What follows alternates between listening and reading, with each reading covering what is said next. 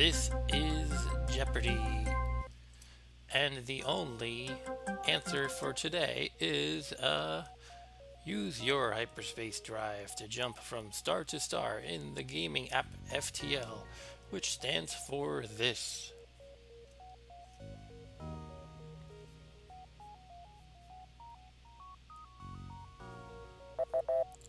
I'm sorry, the correct question is faster than light. Okay, I'm just being a cornball. That is actually a question and answer they had on Jeopardy a little while back. And I was reminded of that by a Reddit post, so I thought I would share that. Anyway, welcome to the stream. I am your host, as always, Mark W., and my sometimes co-host, Rob Bob, is not here. He does not have internet for the second week straight, but Verizon assures him it will be fixed by tomorrow, is my understanding. But for the record, it was like hey John, how's it going? It was about 10 days of not having internet. Can you hear me, John? Hey, Rob Bob is here in the chat. Let me adjust my window here for FTL. Today we're going to do something a little different. We're going to play the Captain's Edition, which is a, what I understand is a very large mod to FTL, the base game, and it adds a whole lot of stuff. I don't know anything about it specifically. I've glanced at screenshots. There are different ship layouts. I know there's all kinds of like weapons and drones, all kinds of new stuff, but I don't know specifically what to expect. So we can you can watch me get surprised by things that'll probably kill me horribly in real time. Lucky you. Let me know if you can hear me okay. As always, let me know how the audio volumes are. Is the game's audio drowning out my voice? It should be okay. I'm using my typical settings, but you know, I'm just trying to say, don't feel shy about leaving feedback for me. Also, yeah, I see a couple of you are chatting already a little bit. I like to encourage the chat. You can give me advice in the game. I might ask you for questions. Should I make choice A or choice B? You can insult me if you'd like. I'd prefer if you leave my mother out of it, though. All that said, why don't we jump into FTL Captain's Edition? As you can see here, we have in the credits at the top, we have a whole bunch of contributors. I don't know any of these people personally. I only know of Ben Prunty, if you see in the additional music column. He was the original composer of the game's music. And otherwise, we seem to have a bunch of aliases for the CE contributors. So my understanding is that a whole bunch of people made their own individual mods, and they were kind of all aggregated into the Captain's Edition. All right. And without further ado, let's hit the new game button. Alright, so look at us. We have some different looking crew members. Wow, that's interesting. It's like we have a close-up portrait rather than the teeny little icon. So at the right, towards the top, we see it says humanoids are common and uninteresting. Skills improve slightly faster. Okay, so these three people are all humanoids. That's pretty cool, though. Wow, we have close-ups on all the races. We have a Zoltan over here. Yeah, that looks the same. I'm reading the abilities at the top right. It's about the same. Here we have a Mantis. Yeah, okay. The abilities there look the same too. I guess they didn't change the abilities. Although I was not aware that humans would improve in skills faster in the original. Maybe that's new.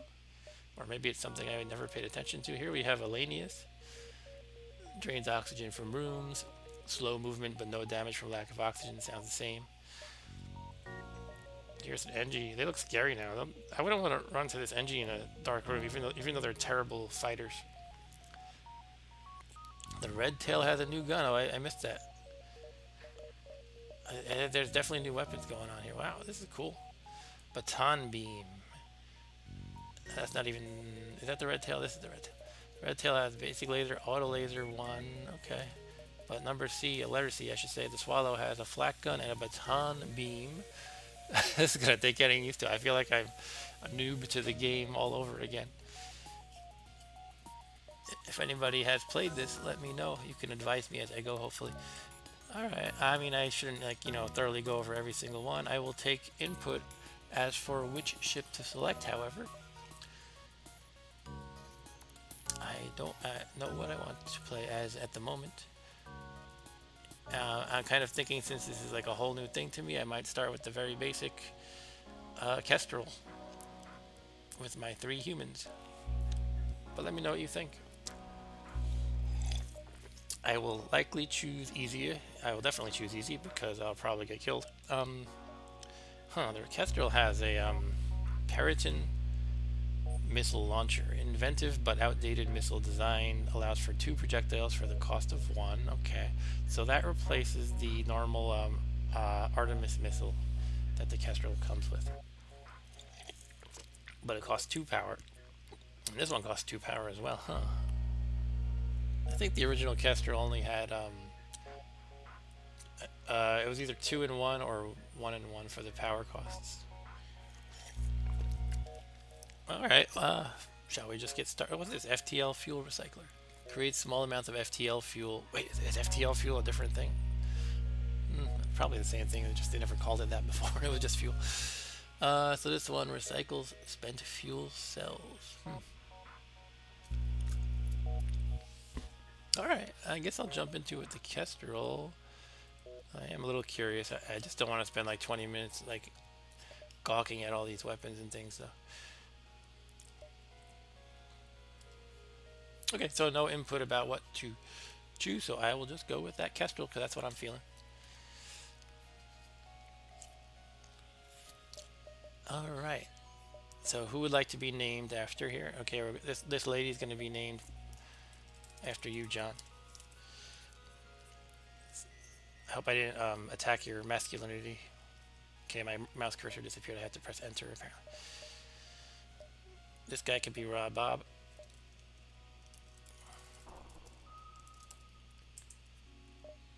And is Mr. Leoncito in the house? Arturo, are you there?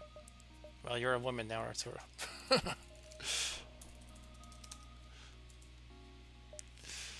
Okay. So let's go.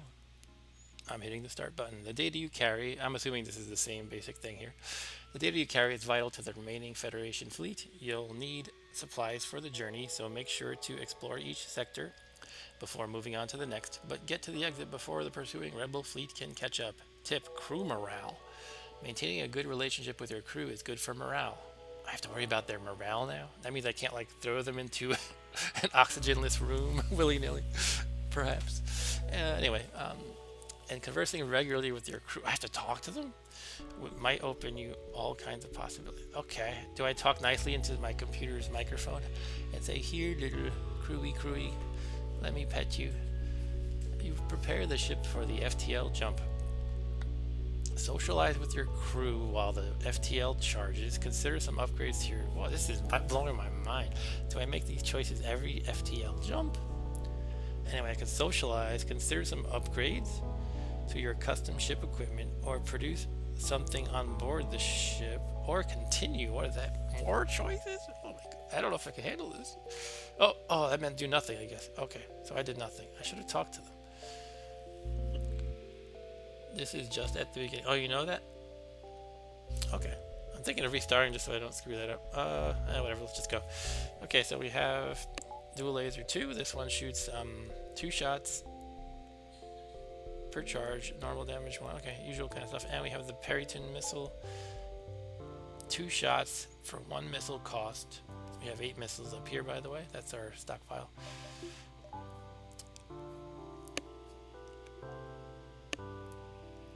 Okay, so Rob Bob has played a little bit of this before. You might be my advisor. Okay, we have 30 scrap total. Let's get started. Let's save a damsel in distress, perhaps.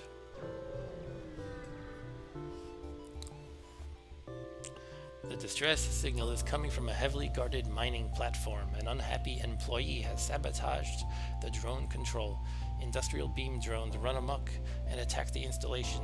The station's shields hold, but the mining company can't manage to regain control of their drones. Okay, we can 1. Try to pick off the drones with your weapons. 2. Attempt to detonate some munitions to destroy the drones. 3. Leave them alone. Is it bad that I can't remember if this was in the base game or not? Shall I try to pick them off with what? I don't think this one is. One, two, or three guys. What do you think? I'm leaning towards some kind of blow them up. So one or two. I want to save miss. I don't know. I have a feeling this one, number two, would be more effective. All right, let's go with number two. The mining authorities reluctantly agreed to your plan. You jettison some explosives and fire a few shots at them. The well-timed explosion engulfs the group of drones, destroying them completely. The mining boss praises your precision and creativity and offers a reward, 25 scrap. Nice. After playing hard recently, it's like, wait a minute, after one jump I have 55? That's insane. Okay, by the way, does this upgrade screen look any different? Offhand, it does not. Except these guys. Okay. Let's jump back here just to get another jump in before we hit the store. Yeah, let's do it.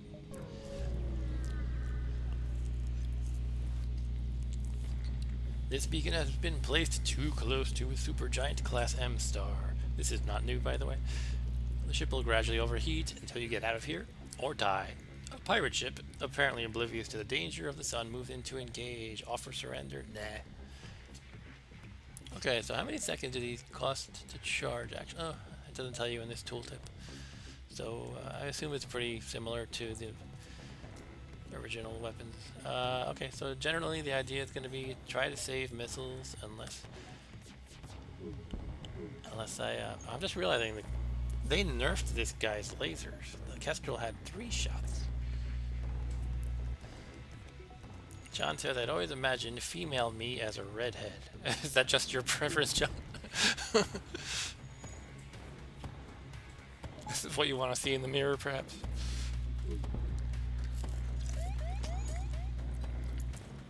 Okay, we're going to have to deal with solar flares. Might as well start pouring out some oxygen. Okay, so just one fire right over here.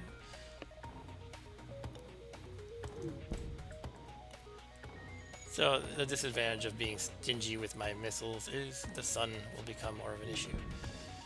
Well, it would be nice to get missiles. I would rather kill them.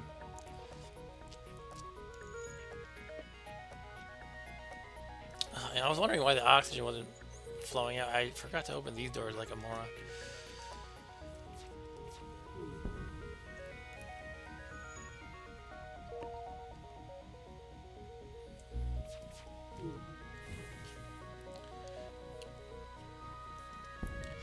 Alright, so a very straightforward fight.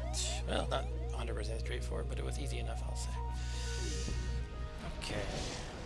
And we have another issue. I should have had these doors open already, too. So that's one strategy. If you have rooms that there's no reason to ever go into, you might as well drain the oxygen. Okay, so I don't have the missiles, but I got more scrap. I'm just gonna keep an eye on Mr. Rob Bob here. Okay, we're good. Let us jump to the store.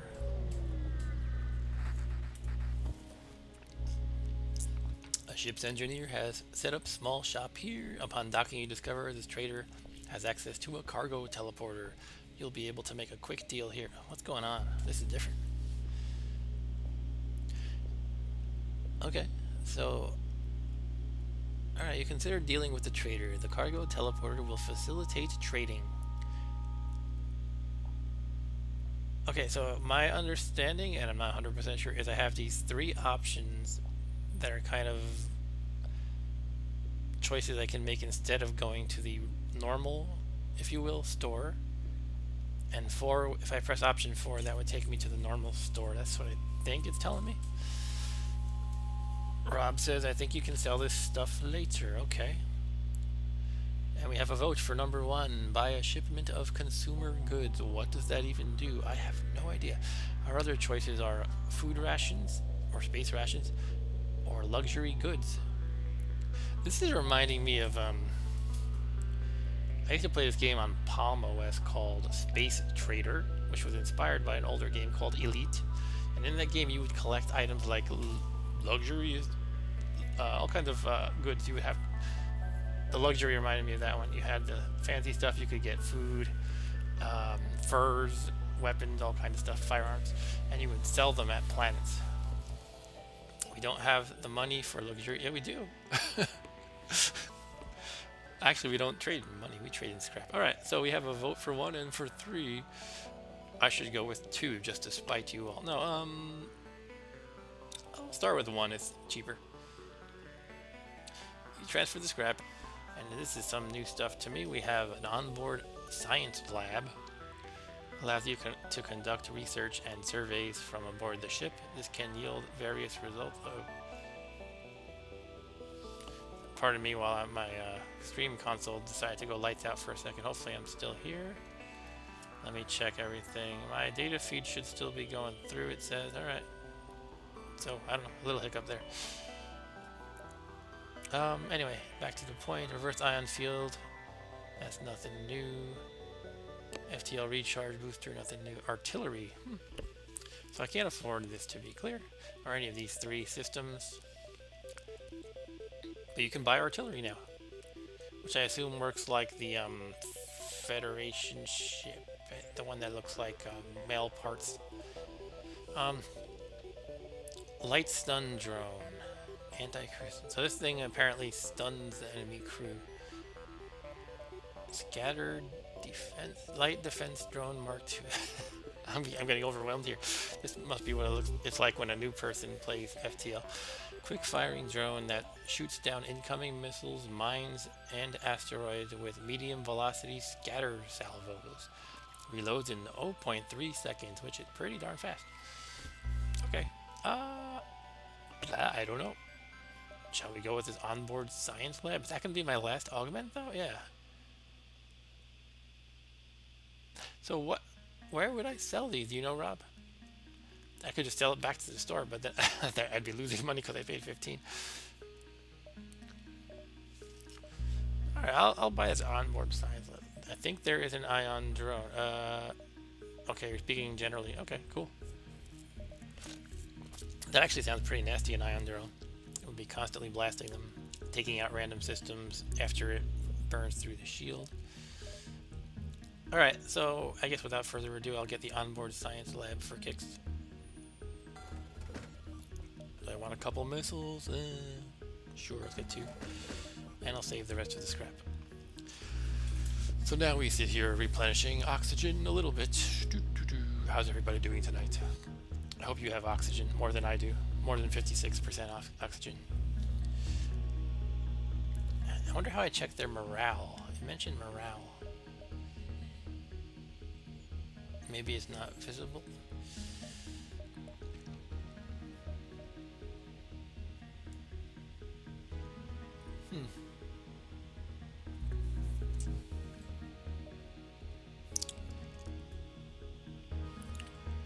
So this is the boring part of FTL.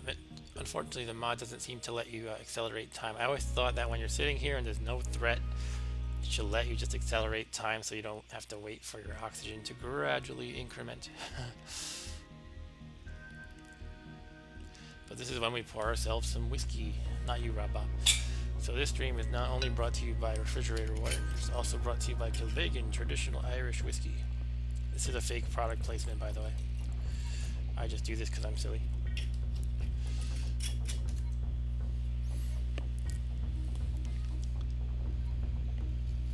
Alright, let's go. It's always hard to tell what the exact number I have to go up to is when I close, when I open some of these doors. It's like, is 83 the one? I don't know. I think it is. It didn't go up any further.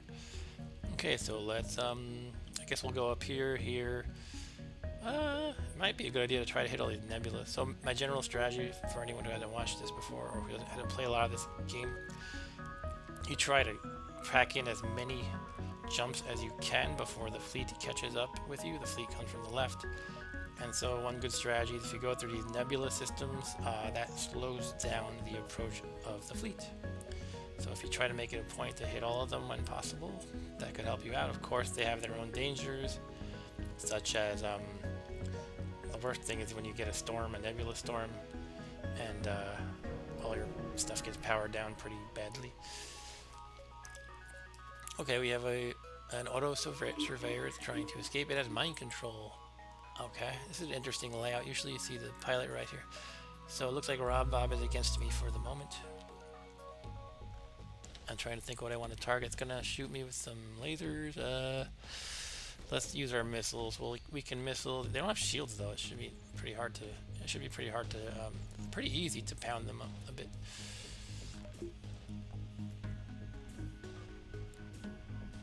Hopefully, Rob Bob doesn't kill my engines too much.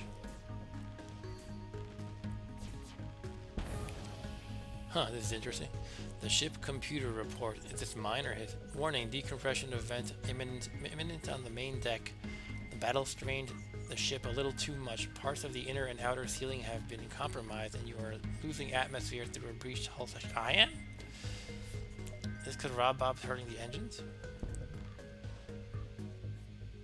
Alright, whatever. That's lame. What are these lasers coming at me? I don't know what they are. Alright. Oh, I got a breach right here. How did that even happen? Okay. Ooh, what are those things? I don't like them. One bit. Alright, I think I should be able to take out their weapons before any other chance to shoot me comes along. Alright, so they're going to be dead in a second, but I have to deal with a breach here. I might as well run this guy in before the oxygen really gets too low.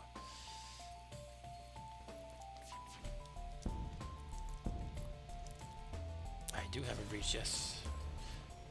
I wonder how big our delay is. It's supposed to only be a few seconds at the latency level I selected, but I'm getting a sense that it's more like 15-20 seconds perhaps. Okay, let's heal up.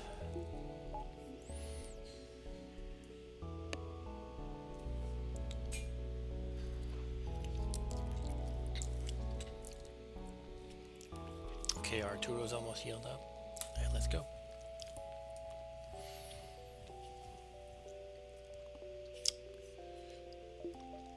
Okay, should we do our usual strategy of trying to get a shield upgrade before leaving the sector? Or I kind of have trouble resisting a store when there's going to be new goodies I've never seen before. So maybe I'll go up, down, just so I hit the store, or maybe here to get a couple more scrap before I hit the store, and then I can jump down to this nebula area that I was talking about. That might be a few too many jumps. We'll start by going up here though.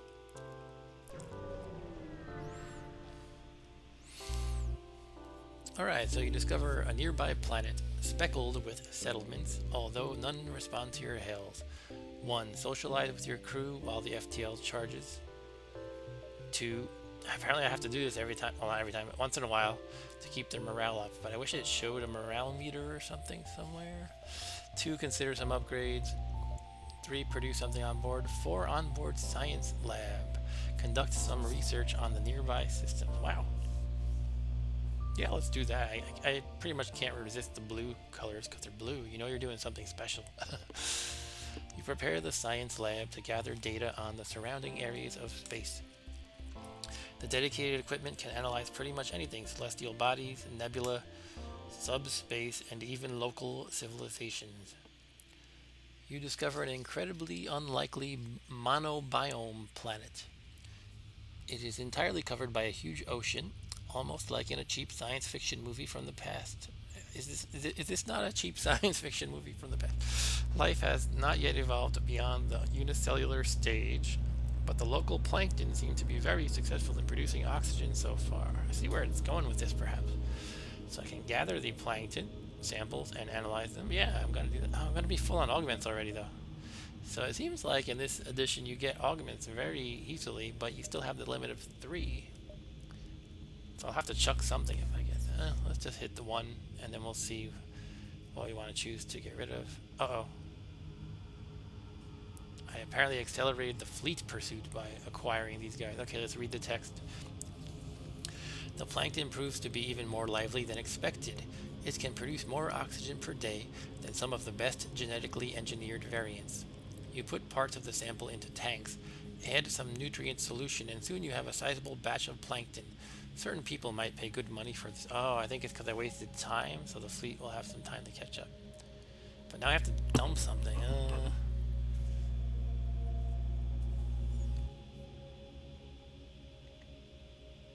I feel like I don't usually have fuel problems that much, although it would have been better to sell this ahead of time.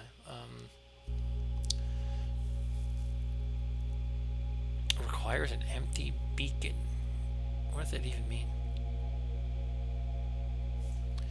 Onboard science lab.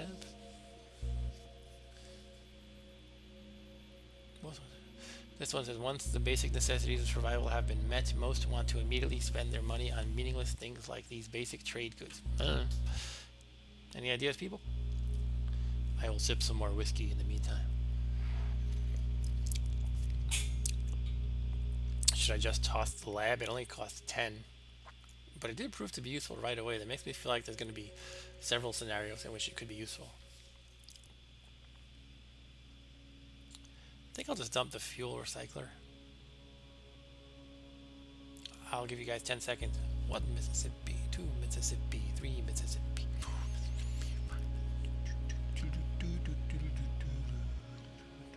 Okay, it's about 10 seconds in my head. I only do that because I don't want to sit here pause for a half hour. So I will switch out the FTL fuel recycler and take the xeno-organisms, I suppose. I kind of wish I had they should. I'm still getting that feeling that they should give you more a limit of 5 perhaps, because they seem to really throw these augments at you. That's the feeling I'm getting so far. I'm early on in the game. Cool foot 3. What are you drinking though?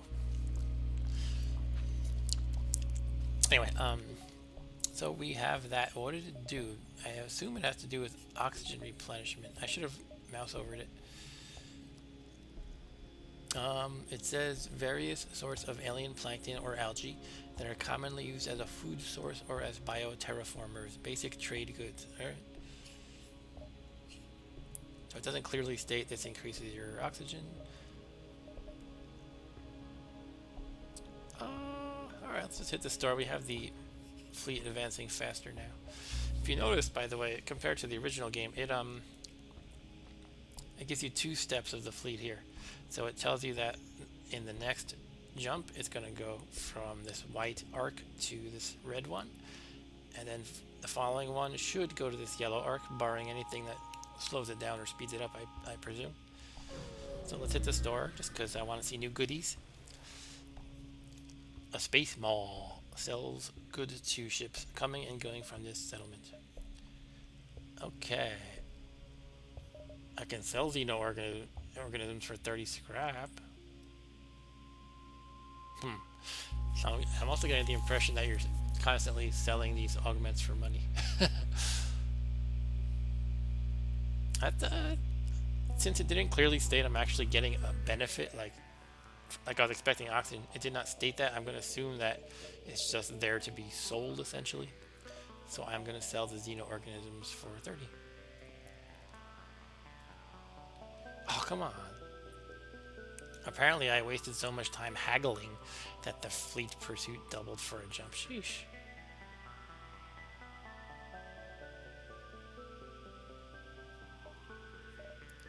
It also mentioned unloading the cargo, so interesting. Okay, so you have to really be aware of things taking time in this game, and it makes the fleet catch up to you. Hey, look at this. We have some interesting crew members available. We have Tang the Engi. He's not a drink, and he's not what you're thinking, John. I have a feeling you would have a joke about Tang. Plasma Thrower Mark 1. Fires a concentrated blast of plasma that deals no physical damage, but has a good chance to ignite fires. So you just throw some napalm on them, essentially, I guess. Interesting stuff. Fire Bomb Mark 2. I think we only ever had a Fire Bomb Mark 1 in the original. An Alito missile launcher. Okay, that's the same old thing. Sector scanner, what does that do? Can scan the entire sector if the ship remains stationary for some time. I don't know about that.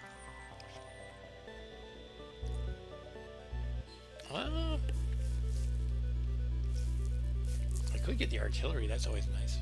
I'm assuming it's like the Federation ship artillery.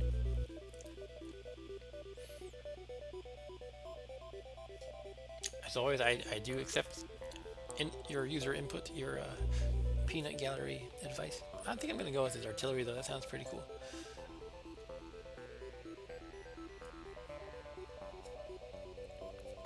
Okay, I now have artillery. And it's over here, but I don't really have the power for it. I can do that.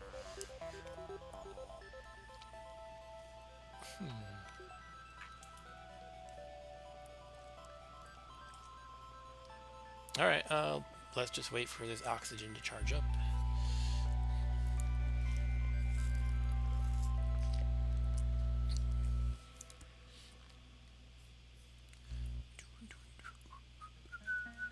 Yeah, so they like making you waste time, and the ship, the fleet catches up with you. Interesting. So I have to keep that in mind. I might just have to go 1, 2, 3, 4. That might be even cutting it close, honestly. Well, the nebula should still slow it down by half, so I think that'll be okay, actually. Okay. So let's. Okay, we're at 83, and now we can do it.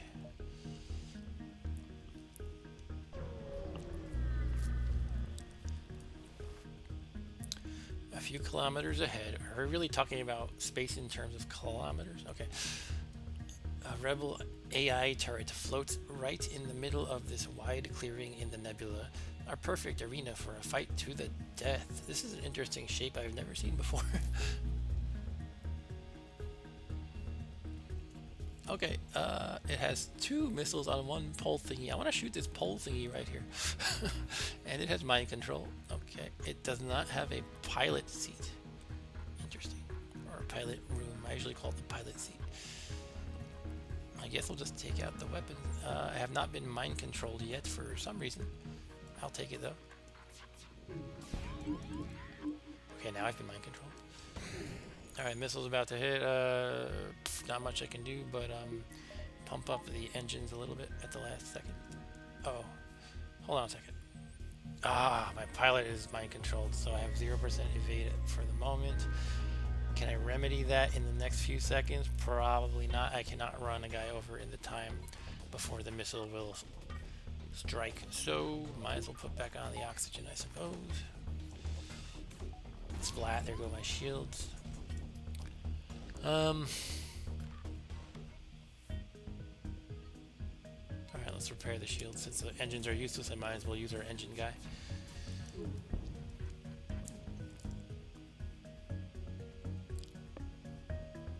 Yeah, you're weak wheeled. I'm thinking of actually having these guys duke it out so that they don't smash the pilot system. And I can drain the oxygen from the shield room.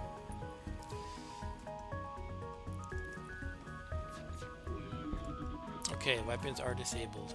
Their weapons, that is. Let's take a peek in there. The fire is not out yet. Did it make its way here? No, okay, I think we're good about now. Yep, let's close this door now. I should have auto fire on like this. You'd hit a woman. Hey, for smashing up my ship. What just happened? Oh, my artillery. That was nice. It got 3 laser shots out, and they each did 2 damage. Although one of them hit a shield. Cool. Alright. As the satellite explodes violently, you receive a stored message. Syntax error. Syntax error. Did I like break their program so that it, I'm just trying to think. Syntax error is something specific in programming. It's like when you actually feed it, when you write a program in a computer language and the program doesn't make sense, essentially. So usually you don't get a syntax error when things are blowing up. Then again, I've never blown up a computer before. At least not in the literal sense. Alright, let's heal up Rob, Bob, and John.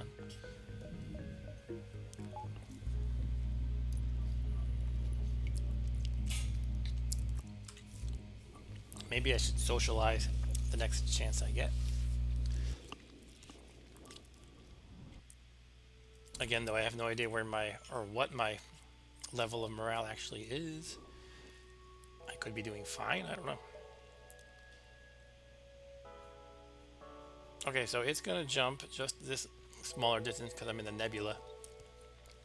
And then the next one is, I guess, an estimate. It does not know that I'm going to be in a nebula again, so it just gives me the full distance here. So really it's going to be halfway because I'm going to jump here. If it lets me. I keep getting this weird issue with this game where I have to, I don't know, like my clicks aren't registering, so I press my command key and that snaps it out of whatever weird state it got into. If that made any sense at all. There appears to be a number of small stations nearby. Before you have time to scan them, warnings go off. A rebel teleporter activates in one of the stations. The rebel teleporter. Okay, so I'm gonna get a borders. Okay, let's keep an eye on the system below. I pause a lot in this game, but okay, we got a guy over there. Is it just one? It's at least 3. All right, let's head over to the med bay. Open all doors except to the med bay. And also, we don't want to kill ourselves too quickly, so we'll close a few of these. And now we'll open that one. Everything's open, basically. Alright, cool. Let's turn on the med bay, of course. And let's watch them jump off the cliff like lemmings to their doom. By the way, I heard lemmings don't really do that. It was a manipulation by Disney in a documentary. You can look that up if you want. Basically, they won't. I don't know what their motivation was. They wanted to show something interesting, so they marched a bunch of lemmings off a cliff, something like that. And people from that point onward kind of thought that was something they naturally did. So we have the whole metaphor of lemmings being, you know, committing suicide because they're too stupid, although it's supposedly not real. I don't know. What's going on? I saw something about failing life support. Is it just saying my oxygen's low, perhaps? I think that's all it was. Okay. Oh, interesting. Look, it says your life support system will replenish this if powered. Oh, is your oxygen just renamed as life support? Yeah, okay. All right. So they renamed it because reasons, I don't know. Okay, I think it's safe to return to our posts. Yep. And now we wait for oxygen.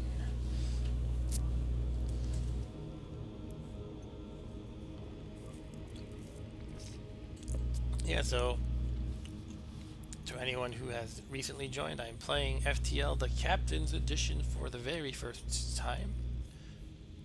It's not a new mod. I've heard of it for a while, but I was always kind of like, well, I don't really want to modify the game until I'm super good at it, and I've gotten bored of it. I pretty much never got bored of this game, but I finally decided to install the mod just because it would be a cool thing to show on this show, on this stream.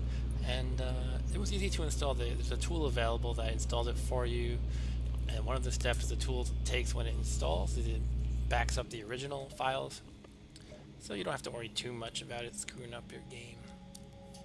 I guess worst case I can just reinstall from scratch anyway. Okay, so we're just gonna go 1, 2, and we're done with this sector. We did not make my typical goal that I try to make where I upgrade the shields. We'll focus on that next perhaps. I did get a cool artillery though.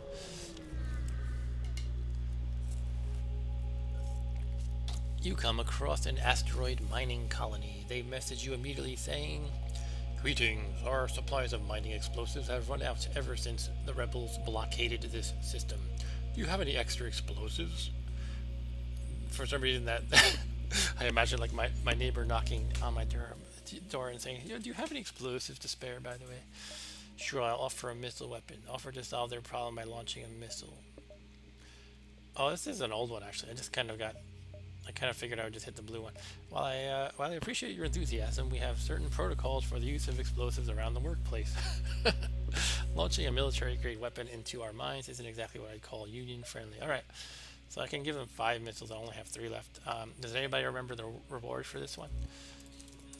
I'm going to Google it.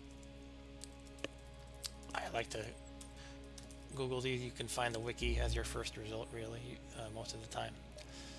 And the 5 missiles will give you a couple, one of 3 random things, outcomes. You could lose the 5 missiles and receive 10 repairs. Lose 5 missiles and get the reactor upgraded by 1. Okay. Lose the 5 missiles and receive 15 to 25 scrap. Okay, well, we'll be low on missiles at that point, but let's just do it. It's fine. 17 scrap. Okay. All right. Now I'm starting to think, well, maybe I didn't want to, because I think of the scrap value, and I actually actively use missiles. Oh well, too late now. Okay, head to the exit.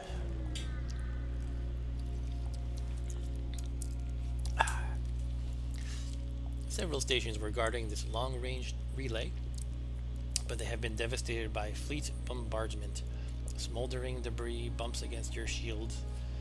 The main installation barely survives the battle. After arriving at the beacon, you detect a small one-man shuttlecraft that is headed straight for you. Repeated hails yield no response. You've got a strange feeling about this. Shoot it down. It's probably just an abandoned vessel, but better safe than sorry. Or wait it out a moment. Maybe someone needs help. What do you think, guys? Should I risk it and be a bleeding heart, perhaps? Or should I just shoot first and ask questions later?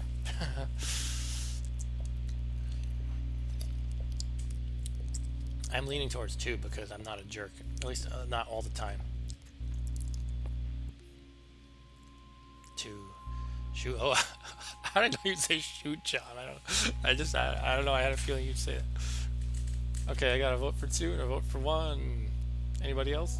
I think I'm going to go with 2 if nobody speaks in 5, 4, 3, 2, 1. Number 2. You detect a transporter targeting your ship. John, I will never doubt your instinct to shoot first. Again. We've lost Rob Bob. That's bad. When you only have 3 crew, it's not good to lose 2. Arturo, you hit 1 too late. I would have hit 1 if you said it like 10 seconds earlier. Alright, so let's read the text just for fun. The shuttle transported multiple explosive devices to your ship before self-destructing. The ship is only lightly damaged, but 1 crew member is caught in one of the explosions and dies from their injury. Sorry, Rob Bob. We need a new engineer now. It's bad to have only 2 guys. You lose a lot of flexibility when you can't juggle people around too much. Alright. So that stinks. But you lived well, Rob Bob, and you will not have died in vain. Oh, look, we have interesting new names on the sector map. We have choice 1, the Infinite Borders, which is a neutral sector, and we have 2, the Idian Battlefield. Well, I like to go to the hostile ones more because they usually yield more scrap. So I'm going to go to number 2, the Idian Battlefield. What is this? Star Wars. You escaped the fleet into hyperspace. 1. Basic engines. Travel at minimum FTL speed to the next sector, using only emergency fuel. 2. Standard engines. Travel at standard FTL speed to the next sector, using the usual amount of fuel. Alright. So I'm not high on fuel. Of course, I dished my fuel recycler. I'm assuming number 1 will make the fleet catch up to me faster, because that seems to be how this edition works. But you conserve fuel. Number 2 costs 2 though, which is kind of high, but I think I'll lean towards 2 unless you guys speak now. Forever hold your peace. I'm gonna go with 2. The ship travels at peak speed towards the next sector. Excuse me 1 second. I'm getting good at this muting my headphones just in time for a burp. I'm assuming nobody wants to hear the burps. Anyway, the journey gives you some time off the chair. You withdraw to your quarters and read through some crew reports. Oh, here we go. The sector has been largely abandoned since a series of battles decimated the local population. An unusual alien race is reportedly scavenging in the area. You'd best be on guard. Okay, I think I want to socialize because I was told I have to do that once in a while. So I'll pour out some Gilbig whiskey. Okay, let's socialize. You take a walk around the ship and see who you can find. Should I have a word with my humanoid crew member? I have two of them though. Your humanoid crew member enjoys replicator coffee. Okay. That's good to know. But which humanoid? Which one of you two enjoys coffee from a replicator? Alright, so we have a store. I feel like the stores have been pretty plentiful. Well, this is the third one, I guess. I would like to at least get some scrap. And I should, if I'm smart, save for those shields, but it's hard to resist doing cool stuff in the stores. So I'm going to start up here, swing down, and then probably hit the store.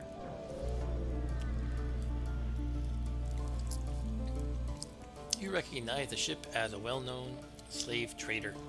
He hails you and offers you quote-unquote laborers for cheap. Arturo only likes authentic coffee. Okay, so that means, John, you like the fake kind, fake news coffee. Let's attack the slaver scum. What's this weapon here? Something you never want to have to say. I don't know what he's pointing at me. Let's hope it's not too bad. Let's keep an eye on it, though. I missed. It is a single laser, I believe. Okay, that was a heavy laser, apparently. Oh, the beam's got me now. Shoot. High energy impact. I guess that's the beam talking. We have to repair these shields ASAP. Let's not be stingy with the missiles in this situation. Let's just hit the weapons. 2 shots. Bam, bam. Good. Wham, bam. Thank you, ma'am. Okay. I'm just thinking of what I want to aim at next.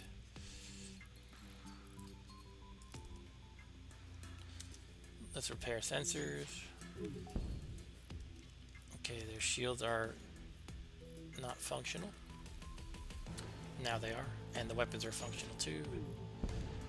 Weapons are out. Okay, so we've got our shields back. We've got our sensors back. Alright, let's just keep picking at their weapons, perhaps. We missed once. I'll save missiles if I can help it. Okay, they're powering up FTL. We will not let them escape, will we? Shoot them, Mr. Arturo.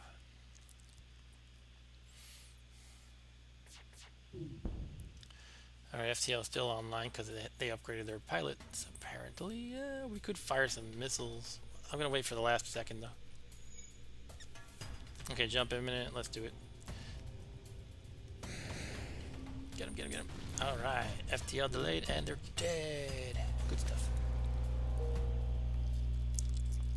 Oh, they didn't offer a crew member. I really could have used that. So usually, slave ships surrender when you beat them up enough and you get a crew member out of the deal. And I give them their freedom. They're not slaves. Maybe I pay them nicely. But we got some missiles, which is good. 38 scrap, 2 fuel is also good. I was kind of low on both fuel and missiles, so that's pretty good.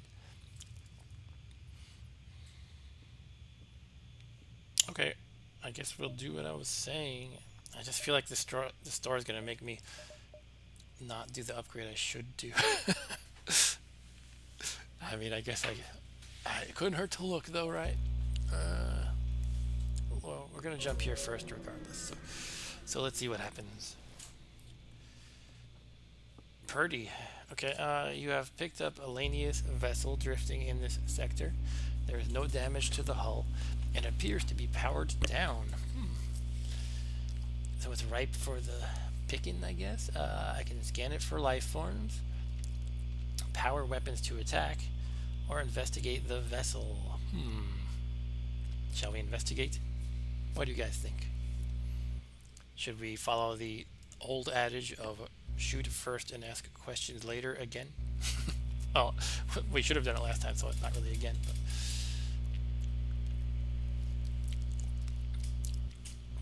I am leaning towards 3. Let's investigate.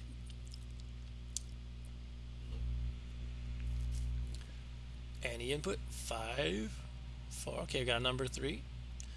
That's 2 votes for number 3 because I'm a vote too. 5 seconds. 4 Mississippi. 3 Mississippi. 2 Mississippi. 1 Mississippi. Oh, Bob says shoot. Okay, okay. I'm gonna investigate. The vessel appears to be dormant. It is likely there are Lanius on board, but they may be in hibernation until the ship comes within range of new materials, which would be my ship probably. Alright, let's navigate carefully around the ship and strip what materials from the hull you can. I have a feeling it's going to wake up and there will be a battle. No, we got 17 scrap. Okay, I'll take it. Alright, so my curiosity will have the better of me and I will hit the store. What cool things will I delay my ship upgrade with now? Looting for the win. You can't go wrong with looting. Shooting and looting. Upon docking, you discover this trader has access to a cargo teleporter. Okay, quick deal kind of thing again. Yeah, I'm selling these consumer goods for 35. Heck yeah. Wait, am I going to have the stupid delay now because of that? I guess it didn't say it here. You pretend that the goods are really worth that much, and the trader pretends he isn't really interested. After transferring your scrap advance, you are asked to transfer the cargo to the shop in order to seal the deal. Cool, we got 136. We need 90 for that upgrade that I'm screaming about, but we could afford. We could buy a slug and still have 90 for the shield upgrade, or we could get something else. I don't normally go for buying crew because usually you just kind of gather them along the way, but we do have a fairly urgent need for crew, and also in this expansion I don't know if they maybe decrease the rate at which you kind of organically acquire crew, so it could be a good idea to buy them. Crew teleport is always good. It's good when you actually have crew to put in the teleporter. Drone control is always good. This one comes with the laser defense drone Mark 1, which is a good one. It is a good one, that one. But here's what I'm going to do. And again, I'll always accept you guys' input, but I'm going to go for the slug, and that way I can still afford the shield upgrade that I want to do. I'll be left with 91. It would be a good idea to get a little fuel, though. So, wouldn't be a bad idea to get an NG either. Not both, though.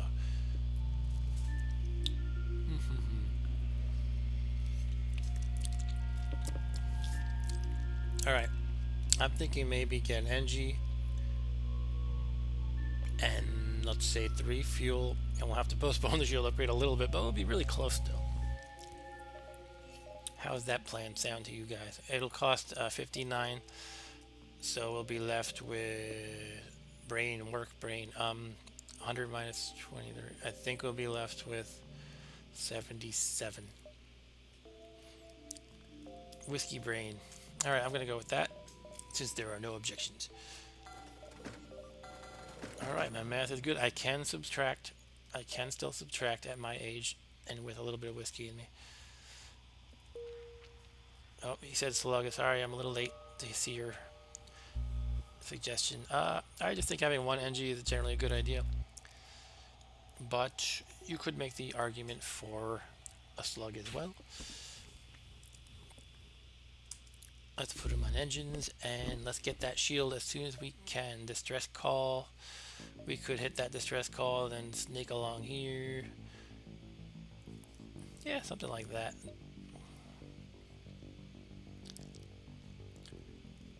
Alright, Rob.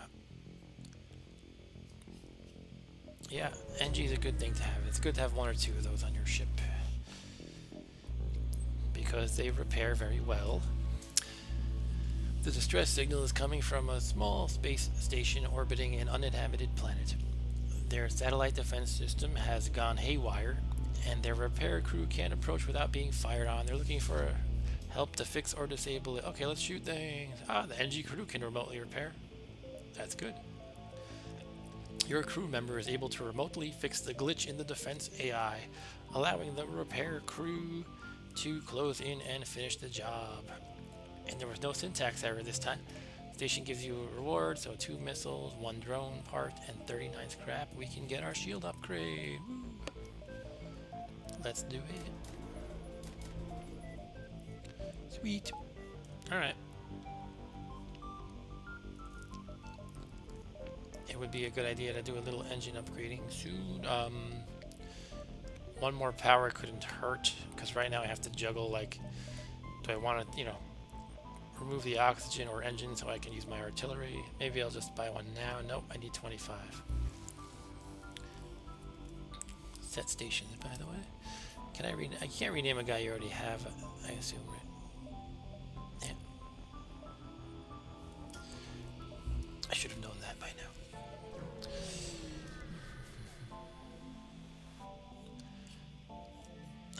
It's always interesting when I see something I haven't seen before. Like, well, I've never seen this layout before, or the yellow and black color scheme. A lightly armed transport ship jumps in shortly after you. They refuse all hail, so you just quietly recharge your FTL and continue monitoring. Should we ignore it or be a pirate? I generally lean against just ignore it or don't do anything. You have to do things to get scrap or make any progress in this game. So I'm gonna hit 2, unless I get at least 2 votes against it right now. In 5 seconds. 5 Mississippi, 4 Mississippi, 3 Mississippi, 2 Mississippi. I'm going slow, giving you a chance. 1 Mississippi. Arg. Okay. I guess arg means act like a pirate, so I will do that.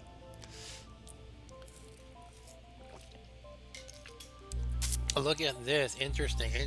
I'm going to affect my crew. I might disturb them. Presumably it will lower my crew's morale. This thing that I know exists, but I don't really see a measurement of. So this will probably lower the morale. I might have to socialize with them again. Do pirate. Don't actually. Why not? Do you know something, or you just don't like the sound of this, Rob? I think I'm just gonna go with it anyway. See what happens. Don't you? Okay, I have. Can you explain why? It seems like a pretty strong don't. I'll give you a moment to type, so don't stress over that. I don't like it. Okay. You're more moral than I am. Well, your crew member's dead, Rob Bob, so I'm gonna do it. Your crewmen discuss it amongst themselves and decide not to execute the attack order. They suggest you think again about what you're actually fighting for here. This, I mean, you can, yes. This behavior amounts to mutiny, but there's not much you can do to it. Oh, jeez. Alright, that sucks. So I presumably got, well, I definitely got nothing out of it, and I presumably lowered their morale at the same time. So hooray, I should listen to Rob Bob. Okay, let's continue along. I don't know, 1, 2, 3. Sure, let's hit here. Ooh, look at this. Look, we have allied ASP support and a beautiful lens flare. That reminds me of the Star Trek movie from, what year was that, 2012? Upon arrival, you are immediately surrounded by chaos. A planet's anti-ship battery is firing on a number of Lanius ships. One of the combat ships mistakenly believes your ship has arrived to assist the planetary defenses. Combat positions. Hold on 1 second, let me process this. Okay, there's a planet down here with its battery shooting a bunch of Lanius ships. One of the ships mistakenly believes your ship has arrived to assist. Okay, so they're attacking me because they think I'm helping the defenses here. Continue. Oh, hold on a second. I have there's a lot of mind control happening here. What is this? This looks like one of those chain lasers, but it goes up to what, like 6? And then we have a bomb over here. Okay, let's shoot things. Always a good strategy.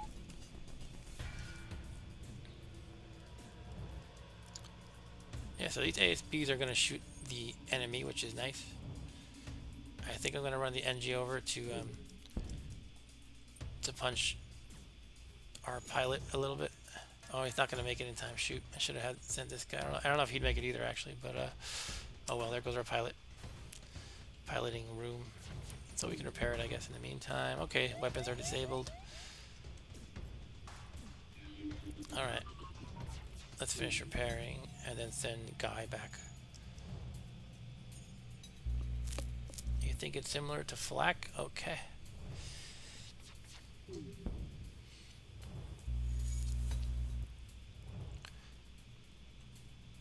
ASB is pretty beautiful. It's got like this cool looking green fireball. Mind control again.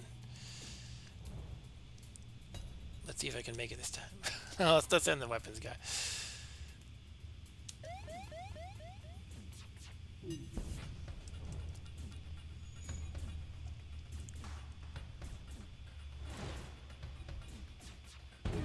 Oh, the ASB finished him off.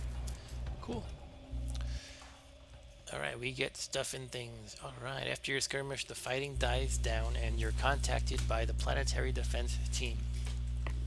Sorry you got caught up in that fight, stranger. No matter how many of these monsters we blow up out of the sky, they just keep coming. We can patch up your ship for you. Cool, 8 repairs is nice.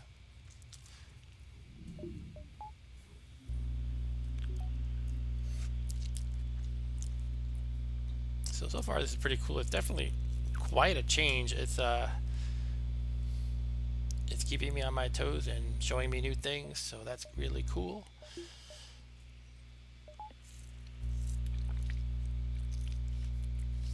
Hopefully you guys feel the same.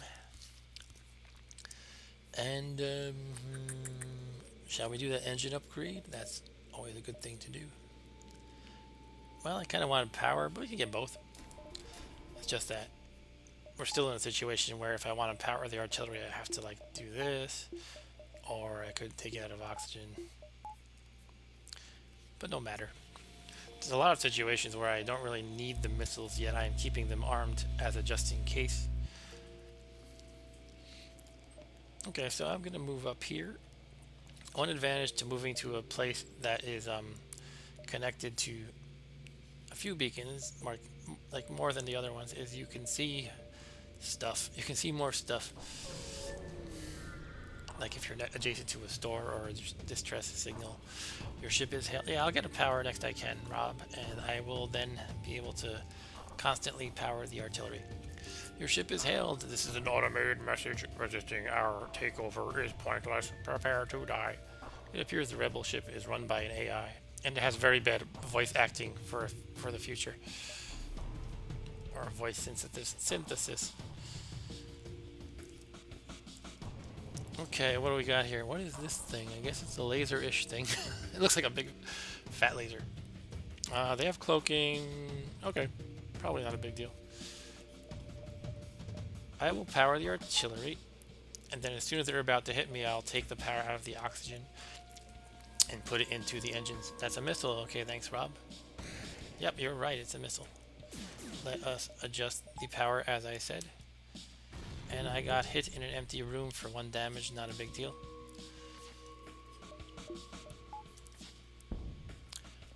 Core breach warning. This unit has initiated a core breach. Here we go. Containment fields shutting down. Now would probably be a good time to evacuate. What? Do I have a breach now, or? That's a fairly decent. I can do a Dalek voice. It's pretty shrill though, like the Daleks are in the show. I don't know what that message was about the core breach, and now I'm all paranoid. Like, am I missing a breach? I don't see a breach. Does anybody else? No, no breach. All right, let's shoot piloting, I guess. 2 missiles are coming. Luckily, I have 2 shields, 2 lasers. I mean, oh, I didn't take out their pilot. It's probably going to take a missile because it's probably going to be able to jump away before my laser recharges. But let's keep a close eye on the status up here. Oh, cloaking. Yeah, it's gonna get away if it says jump imminent while the cloaking is happening. It's gonna get away. So let's hope it doesn't. Okay, it didn't. FTL delayed. Nice. And we did not have to spend a missile.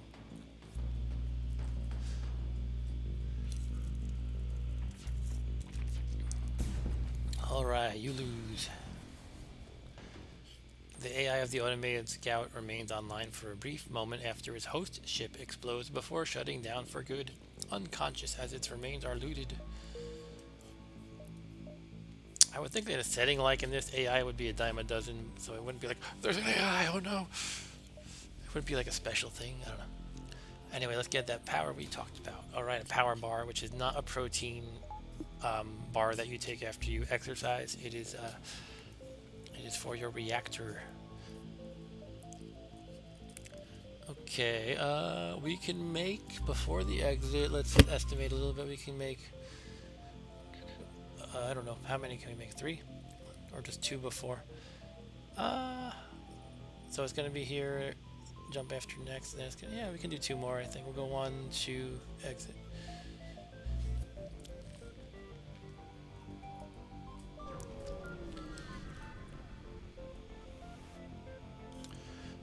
Okay, a Federation science craft is docked with a few Lanius ships. You hail them and ask what is going on. We got Lanius ships talking, right? What does a Lanius sound like? Great. I don't know. We have been attempting to understand our region's newest visitors, the Lanius. Oh, no, it's not the Lanius. We've been attempting to understand our region's newest visitors, the Lanius. Although we have been making little headway in deciphering their language. The key is to hold your nose. That's how you understand their language. Ask if they have anything that could help your mission. Onboard Science Lab offers to share the linguistic data you have gathered. Or leave, or they're an easy target. Seize their equipment. I assume my crew would not like number 4. I'm going to lean towards 2. I'm a sucker for the blue options. Let me know what you guys think while I have another pour. Ready? Listen to this beautiful sound. As soon as I can do it. Oh, this is not the cork kind, it's a screw cap. Duh. I was gonna try to pull it out so it would go pop. It would help if I actually realized what kind of container I'm working with. Not 4, says Rob. I agree with not do 4. Alright, so I think I'll do number 2.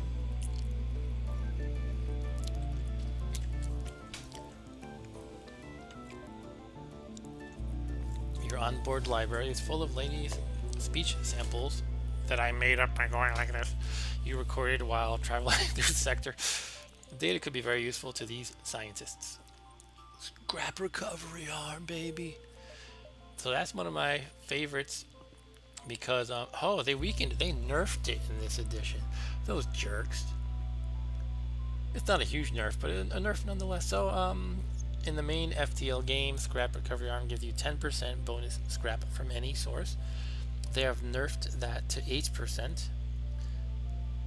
I don't know how they arrived at that number, but when you get a scrap recovery arm early in the game, it's a huge edge in the main FTL game. So they decided to weaken it a tiny bit. I think it's still very good to get an extra 8%. We don't want to commit too much piracy in front of Rob Bob. Well, yeah, my crew might like mutiny as well. I don't know what happens when they get too upset with you. They throw me into an airlock? I mean, they're right here. They could easily do that. Also, where am I, by the way? Am I just kind of... Am I the ship, perhaps? I'm an AI? Okay, we have a store here. If I want to do one more jump, then the exit, I kind of have to go to the store. I can't do much at the store with 5.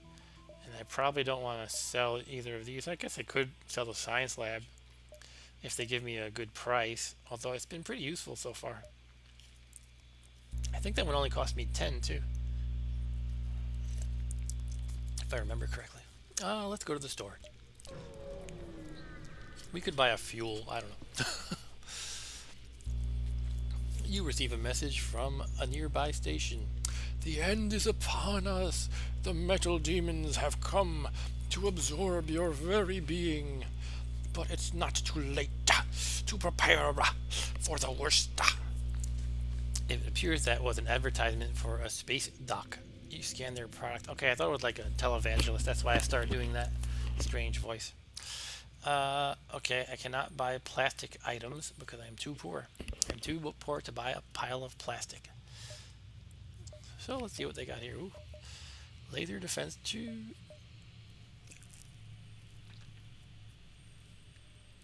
I'm trying to think if this is similar to the defense 2 in the original game. The one that I determined after some trial and error that is actually worse than the defense 1. I don't know. Scatter defense. Yeah, we saw this one before. Interesting. Alright, so obviously I don't have enough scrap to do much.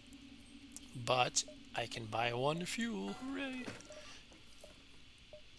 And I'll save my 2 to the exit. Now that I know that jumping from one sector to the next costs 2 fuel, that's kind of not good, considering I only have 5. What do we got here? You receive a message from a small convoy. They're looking for some military supplies and are offering to try to improve your reactor in exchange. If it's only going to improve by 1, it would really stink to lose all my missiles when that's one of my weapons that I need sometimes.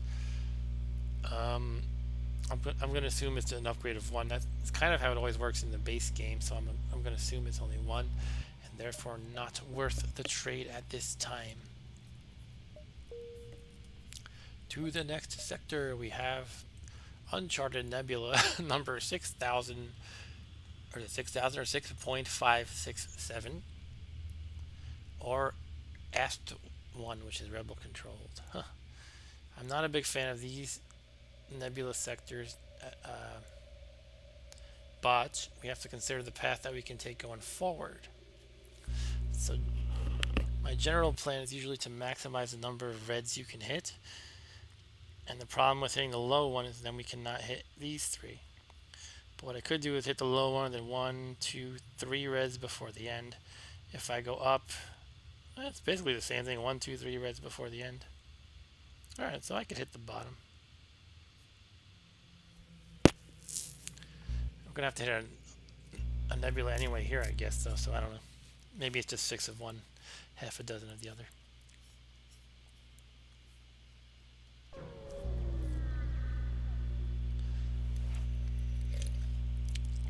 Yeah, now we have the same decision.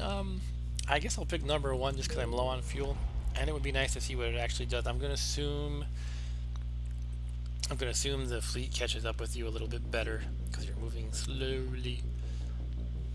So yeah, let's check it out. Basic engines. Yep, the fleet pursuit doubles for 2 jumps. Ugh, that's pretty bad for 2. Maybe if it was just 1. So from now on, I'm gonna choose number 2 unless I'm extremely desperate, probably. Let's read the text for kicks. Even though you move at an inconceivable fast speed, it is still a crawl in comparison to your pursuers. When you arrive, the rebel fleet is already in scanning range. You even register traces of automated scouting units in the nearest systems. Okay. At one point, this was the most commonly traveled sectors. One of the most commonly traveled sectors. Knowing that, the rebels have stationed a number of fleets here. Be careful. Okay, I guess I should socialize again because I pissed them off earlier. What do you guys think? Socialize, consider upgrades. We haven't tried that option before. Or use the onboard science lab again. I'll give you guys 10 seconds.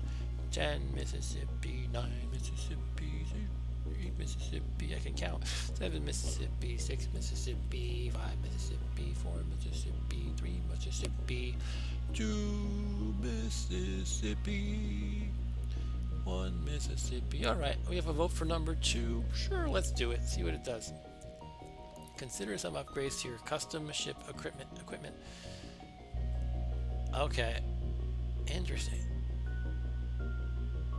Alright, you order a crew meeting and gather opinions on how to improve the performance of the ship.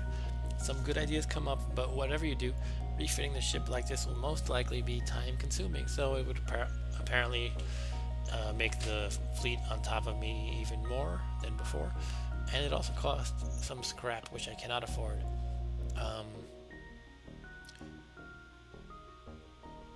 Yeah. The lab takes time. Okay, that's true, Arturo, that's true. So, anyway, long story short, we're gonna socialize. You take a walk around. Alright, should I talk to the NG this time? Do they even have morale? I don't know, I guess I should assume they do. The NG crew member claims that it alone has witnessed over 100 of its kind being killed by mantis invaders during its long life. Concept of hate unavailable to NG. Introduction to Hive Emotion Matrix. Only partial translation available possible. Is that them speaking or me? I don't know. Only partial translation possible necessary in order to apply to mantis species only. Okay. So it fake hates the mantises, in other words. Alright, so they're going to catch up to me quickly, but we could start off by jumping into 3 nebula, which would help. We could go like 1, 2, 3, then try to swing down a little bit, get in some jumps before the exit. Thanks for watching, guys, by the way. Not that I'm closing now, I just like to say that in appreciation once in a while. It makes playing games more fun when I can interact with people. Alright, it's hard to see why, but this beacon is apparently a tourist destination. Okay, one of the ships at the small station is offering a deal. They'll give me 3 drone parts that I don't need for 3 missiles that I do need. Number 3, huh? Okay, what do you think, guys? 2 or 3? Or you can suggest 1 if you want, but I don't see how that makes sense. Come on, I can't resist seizing. They're just NG. Oh, wait, I have an NG. He'll hate me.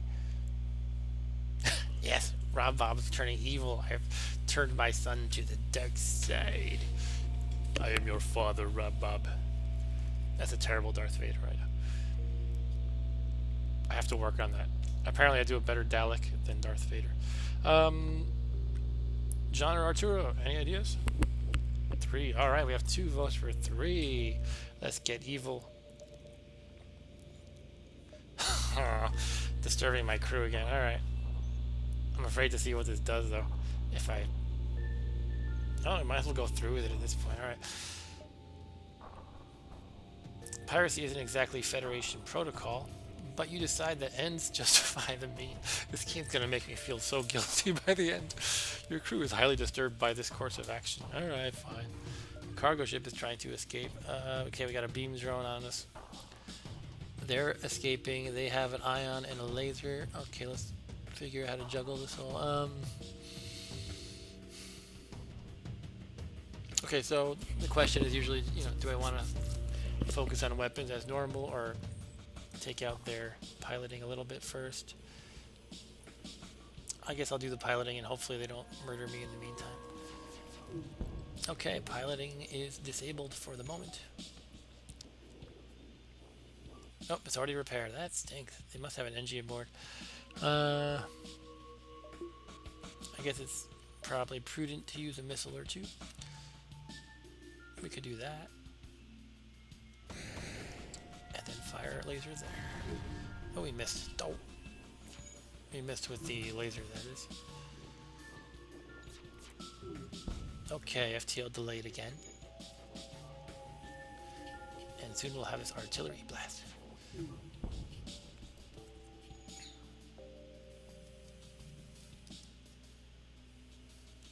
Yeah, they must have an NG. They repair that in like 5 seconds, I think. Okay, they're offering me vegetables. I don't know why I find that hilarious. Please take our carrots and our broccoli. What is that supposed to do? Does it tell me? No. I guess you just sell them probably. It could be worth a decent amount. I don't know. It's hard to decide if you don't really know the value of these things. What do you guys think? Should I let them surrender for some vegetables? Alright, we have 2 votes for space carrots. Alright guys, I'll let you live. Please hand over the crate of vegetables. They hand over their cargo. You are a successful space pirate now. It took some time to transfer the goods there. Okay, I thought I was gonna say that the fleet's gonna pursue me better, faster, because it took some time to transfer the goods.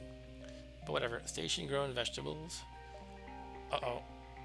You just committed an act of piracy. This might disturb your crew. See how the crew reacts. Several crew members. I only have several people. I only have 3. Several crew members file a formal complaint on how you handled things. To who? I guess the Federation. You know what? You guys, shut up and do what you're told and eat your vegetables. Was this the wrong course of action? Alright, I'll socialize with them next time, I guess. Kill them to end their suffering. Jeez, Arturo, you're taking this to a whole other level of darkness.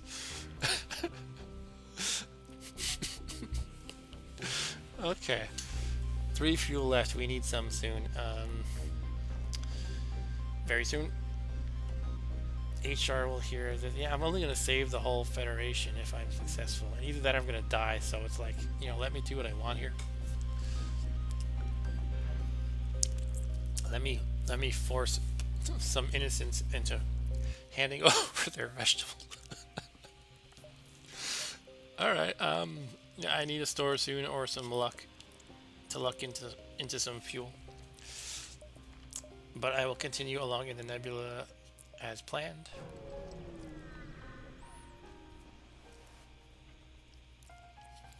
A few clicks ahead, a rebel AI turret floats right in the middle of this wide clearing in the nebula, a perfect arena for a fight to the death. Oh, they are hacking me. Okay, right off the bat they're hacking, and they have, I guess this is a beam, and this is a big fat laser.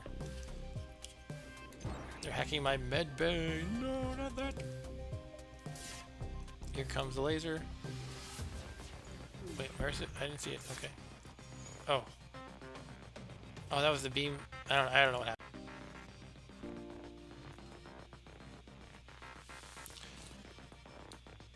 Hey guys, I had a little network hiccup. I think we're all good again. So I just paused it as soon as I noticed that nothing too exciting happened in the last 30 seconds. I just kept shooting, basically. That artillery is pretty good. Anyway, the AI hails you. I failed my masters and my programming tells me to kill myself now. Have a nice day. Alright. Your ship detects an FTL charge pattern. I really like this mod. It's throwing a lot of fun stuff into the game. Even little details like obtaining vegetables. Apparently the AI will try to detonate its core. Alright. That's fine by me. Oh, look at that. Hey, where are those red lines that appear? Wait a minute. It still says FTL charging. So we're still fighting? Okay. Okay, we did not get a fuel.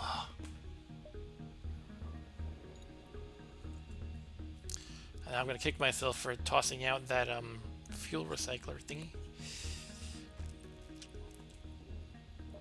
Because I don't usually have fuel problems too often, right? Alright, I guess we'll just continue in the nebula. Anything else to do in the meantime? 20 scrap. We haven't been getting a ton of scrap lately.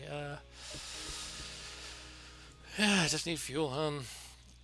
Other than that, though, I like to keep an eye on what I want to upgrade next. As a general rule, stealing vegetables. Can I sell these vegetables anytime soon? That would be nice. I need to find a store, though. One way to look at it is if I want to maximize my chance of finding a store, I pick the adjacent sector that is adjacent to more sectors than any of the others, if you follow all that. So this one's adjacent to, besides the ones, we don't count the ones we already explored, it's adjacent to 1, 2, 3, 4, 5, these 5 here.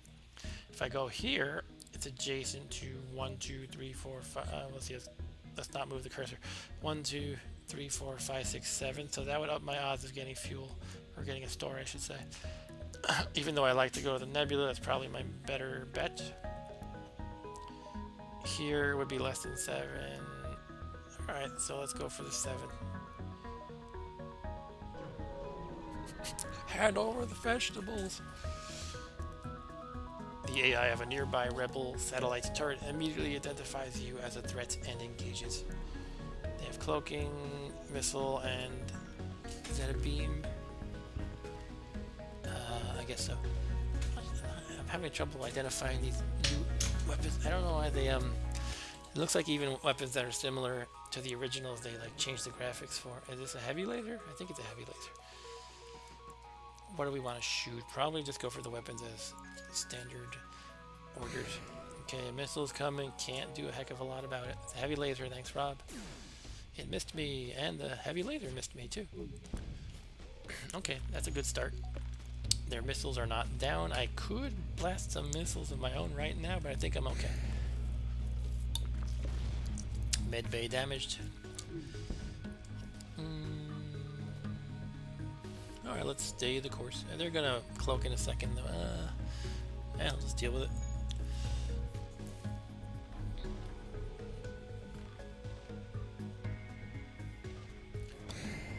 Missile again. Splat. My sensors are down. I took out their missiles now so I can run around repairing things with my NG. Let's do the sensors first.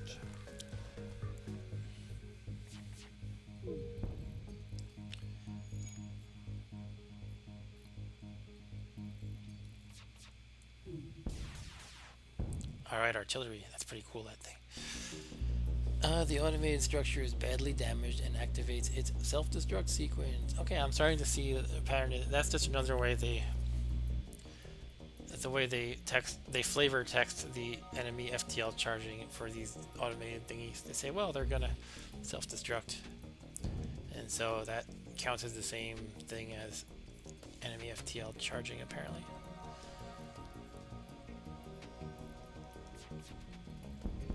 You're not exploding anymore. See, that's kind of funny though, because it's like, well, I took out its pilot, so now it can't self-destruct. Doesn't make too much sense. Okay. Again, we're getting things that we don't want. We're getting missiles and drone parts, but no fuel. Okay, there is a store. We are saved. Hooray! I will take a sip to that. And it's kind of a shame. I'd rather kind of swoop down like this, but there's probably enough jumps we can make still. Again, the goal is to maximize number of jumps. So we can go here. We can probably go upwards, maybe even to the right of the exit, and then head back. So let's hit that store.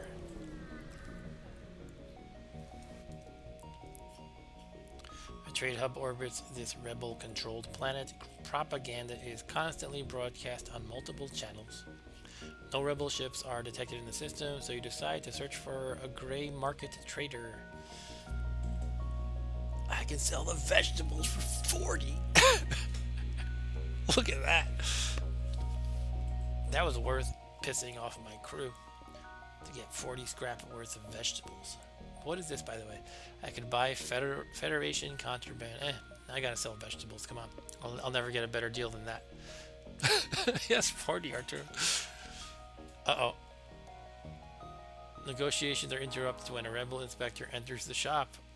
You are lucky that the trader lets you hide in an equipment closet. I'm hiding in the closet. It's like a sitcom or something. Later, you take your advance. Better deliver the cargo to the shop and get out of there quick. I didn't get my full 40. I only got 39, and the fleet pursuit is doubled for one jump. Okay, we could get another scrap recovery arm. Jeez. Look at this. Got the cheapo laser. One extra shot is not a bad thing.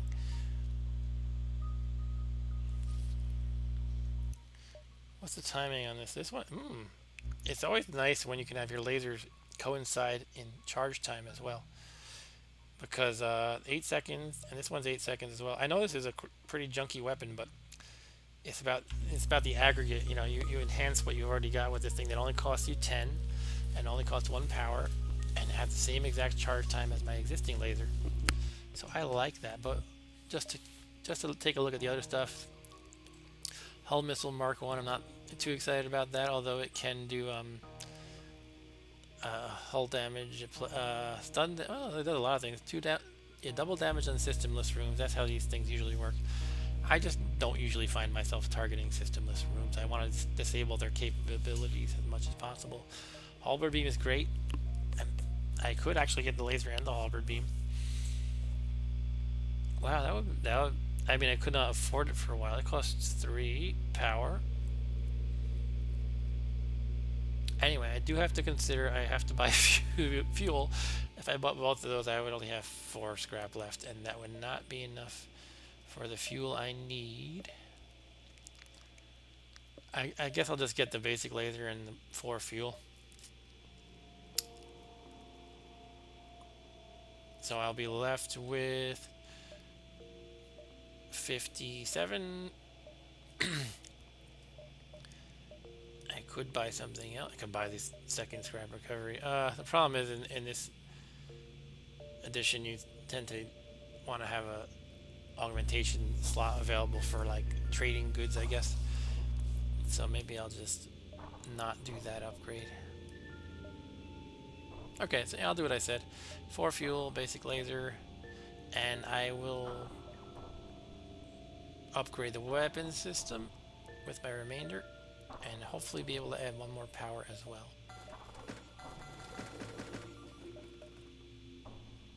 Okay, that's a wrap at the store. Upgrade here.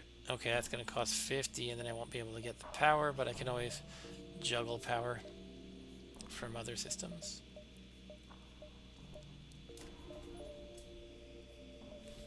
So for now, I could just leave it like, say, this. I'm feeling pretty strong offensively, honestly, even though this doesn't look too spectacular. The artillery is a really nasty punch. It's only... Okay, look at the math. It's 30 seconds base cooldown, but because it's only level 1, it has a multiplier of 1.25 to that. So it's going to take 25% longer than 30, whatever that works out to. Yeah, if I can get more power on that, that would be really awesome. But for now, this is pretty cool. And I'm stingy with the missiles, as you've seen, but, you know, when you need them, you use them.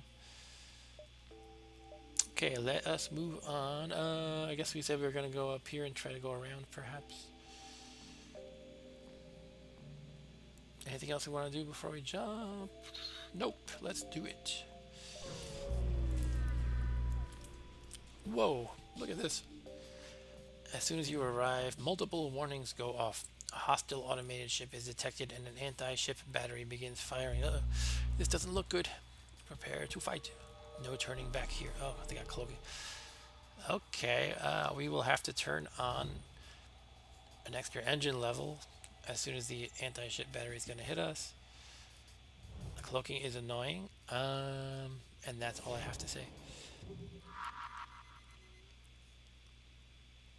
I'm trying to think, how do I know the thing's going to hit me? Will I get the... Will I get a boop? Will I get an alert? Basically? Let me turn up my sound a little bit. I know it sounds silly, but sometimes I miss the audio cues.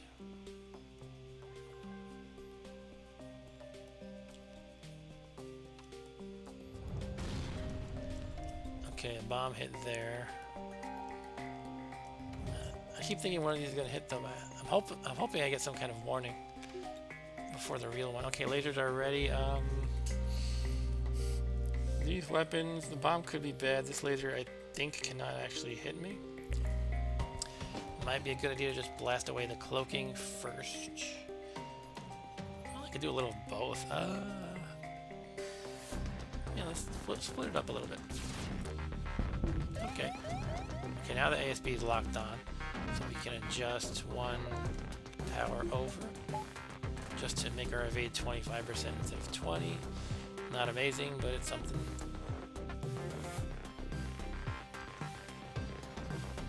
Here it comes. A bomb hit my shields, that's not good. NG over there. Shoot. Okay, let's wait for the ASB to hit or miss, and then we'll move the NG over to repair. Okay, what's going on here? The fighting maneuvers bring your ships close to a small asteroid field. The automated craft activates its backup thrusters and speeds towards the rocks. It tries to lose you in the hazard zone and will surely inform the rebel fleet about your whereabouts if it gets it. There's a lot of spelling errors in this mod. Maybe I wonder if this is like open source in GitHub or something. I could just go through it and fix all the spelling errors. I'm gonna go after it because I like unnecessary risks. You order evasive maneuvers and follow the craft into the asteroids. Okay. Is the ASB still on us? It looks like it, apparently. It's only going to take one hit, and then it's dead. The asteroid finished it, hooray. And the ASB missed, you can see right here. It says miss. So that worked out pretty well. Let's get some repairs over to the shields very fast now. So we still have to wait for the FTL drive to charge before we can get out of here. Another automated ship is sent to the scrapyard as it breaks apart. You salvage what looks usable from its remains before pressing onward. I'm still not getting fuel. I'm getting like everything but fuel. So I'm still tight on fuel with 3. Oh, an asteroid hit right here. And it bypassed my shield entirely. I did have 1 level available, but it was not enough for some reason. Let's turn this off. We don't need that. Alright, I guess I'll just drain the oxygen. I hate making an enormous path like this, but sometimes that's the best bet, I guess. I can jump now, and the ASB is locked. Yeah, let's get out of here. It's not ideal to have to jump, because you don't know if you're going to jump into another combat, but it's not ideal to jump when you're still fixing things, but I think I'm going to get beaten up more if I don't, so let's go. Let's go here.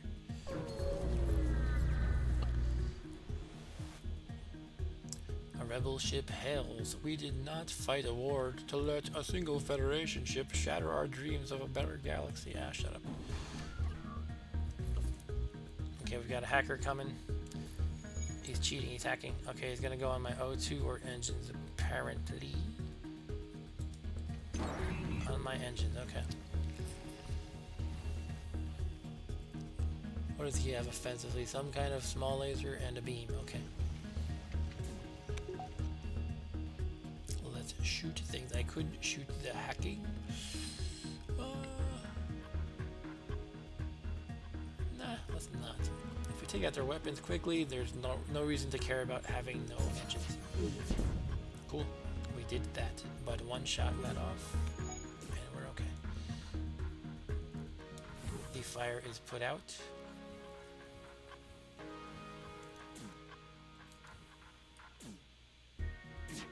The poor Angie's trying to break through the sealed doors from the hacking. He's like, I can get through it one of these days. Should we shoot other things and make this go faster? Sure.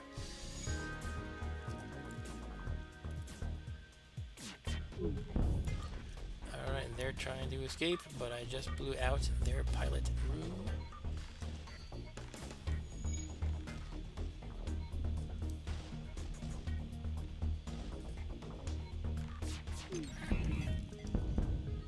Okay, we can get. Okay, I'm gonna accept this surrender just because it's a lot of fuel for me.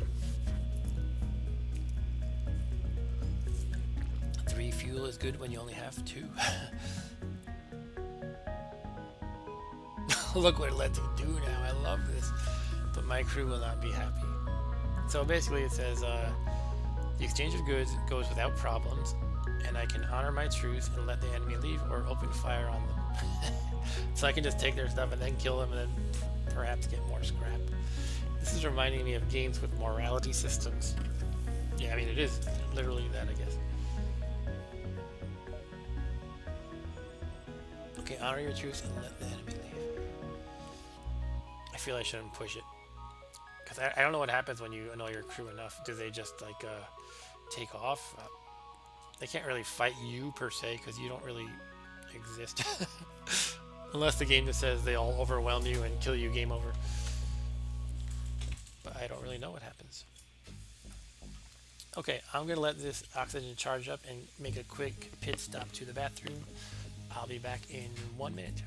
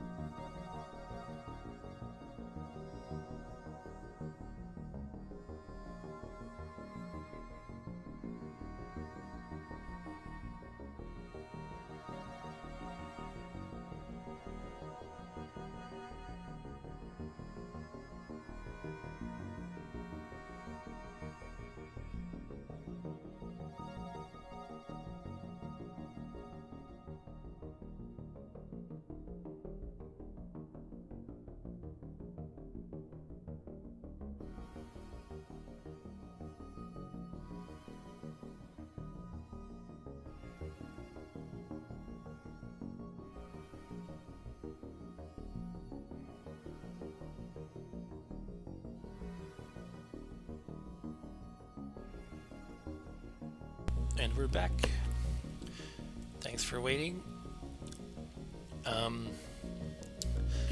I was just thinking I had raised the volume. Hopefully it's not too bad at this point, but let me put it back down a little bit.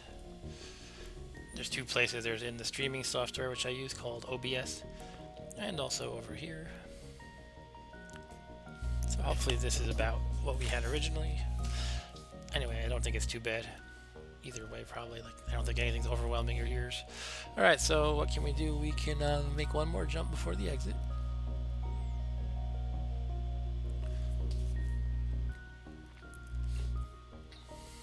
We have 70 scrap, which is not bad. We could consider an upgrade soon to something. It's always good to crank up engines as much as you can, by the way.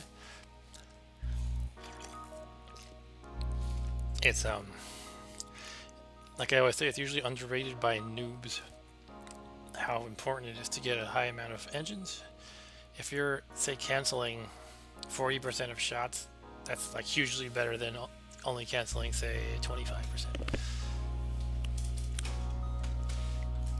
So I could actually do some engines right now, or I don't know. It would be good to have one more power on top of that. So I could do engines, then I'd be left with 40, and I could not upgrade reactor by 2, but I could upgrade it by 1. Yeah, let's do it. 30%, woohoo! Hopefully Mr. NG here upgrades his engine ability soon. Okay, let's move on.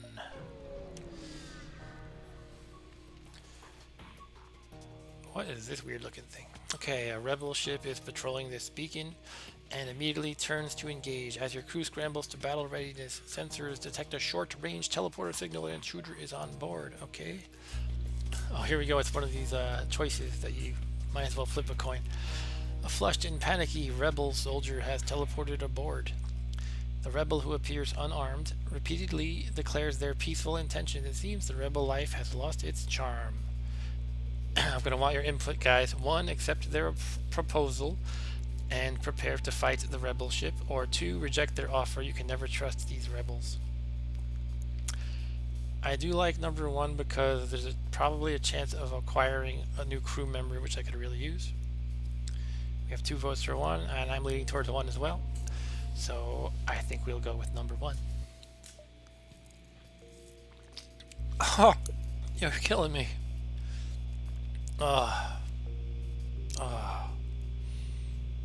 Sorry, John. The rebel takes off to their assigned station, then suddenly turns and eviscerates the nearest crew member. Damn. Not having good luck with these. Alright. Okay, sheesh, that's terrible. Alright, I need someone in the pilot seat. I guess that's you, Arturo, now. Oh, but he's good at... He's good at weapons because he got an upgrade level. So maybe it's sort of more worthwhile to have Guy the NG in the pilot seat. But for now, I have to worry about this border. So I will run the NG to pilot and have Arturo fight him. That hurts.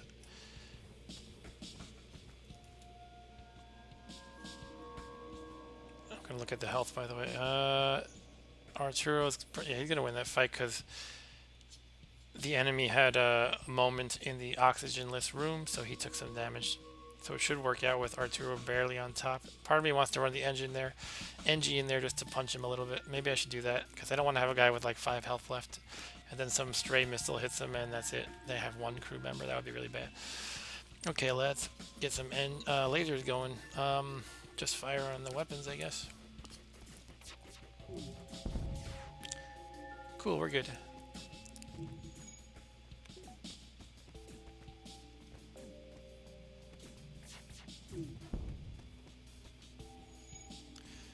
Okay, alright. Let's heal up Arturo.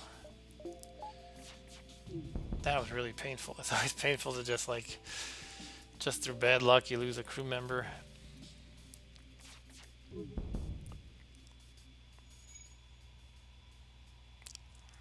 Wait a minute. No, no, no, no. You stay here. This is your new home. You're going to weapons again because you're good at it. Alright, let's save stations. Okay, I'd rather kill them, but again, I have a high premium on fuel, and the 4 missiles is nothing to sneeze at, so we'll accept the offer.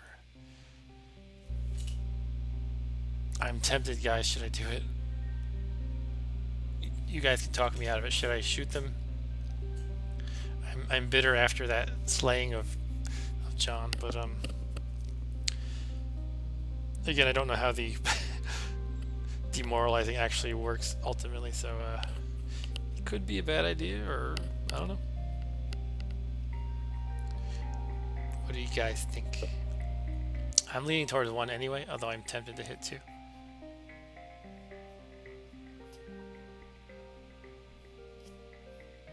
Kill them all.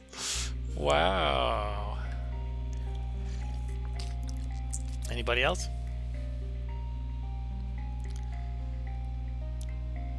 I don't know. I'm hesitant. What happens when I demoralize my crew too much, though? I don't know.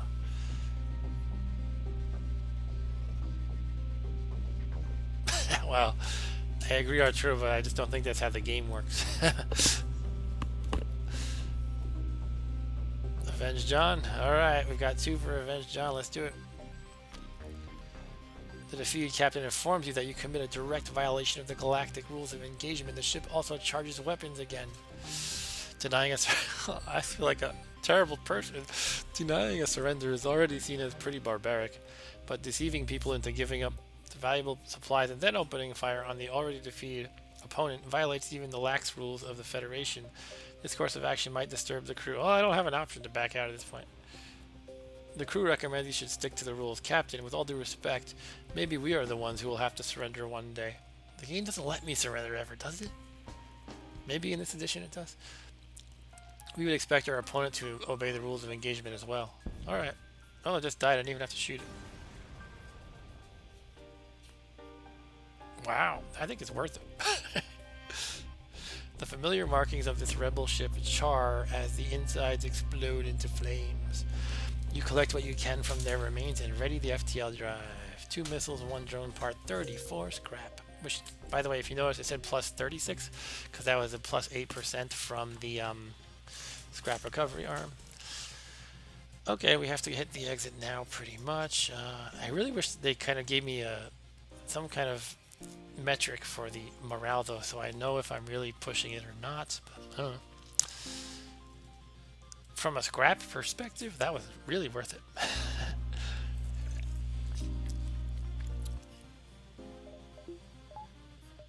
I like it adding that decision. It's just I wish I had a better idea of how it would impact my crew members.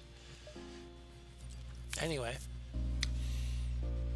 I can upgrade something or save scrap. I'm tempted to upgrade the artillery, but again, I think I'm kind of good as far as offensive power goes for now. Although in Sector 4 there will be level 2 shields, I believe. So it couldn't hurt to possibly pump that up, but I could just be more liberal about missile use considering I have 14 of them now. So I'm going to save my scrap for now and perhaps save for the next level of shields even. Should be 100 for the upgrade itself, and then I want 2 power bars, so let's see, 25 for the first and 30 for the second. I'll hit undo. So 55 plus 100 is 155. That'll be my next big purchase unless I hit a store. Let's head to the exit. You've arrived at the long-range relay. When the FTL drive is charged, you can jump to the next sector. Here we go. I'm not going to give fuel, whatever that's about. You arrive in the sector and are greeted by a science vessel waiting by... This thing gives me too many temptations to just be a bully. Anyway, a science vessel waiting by the beacon.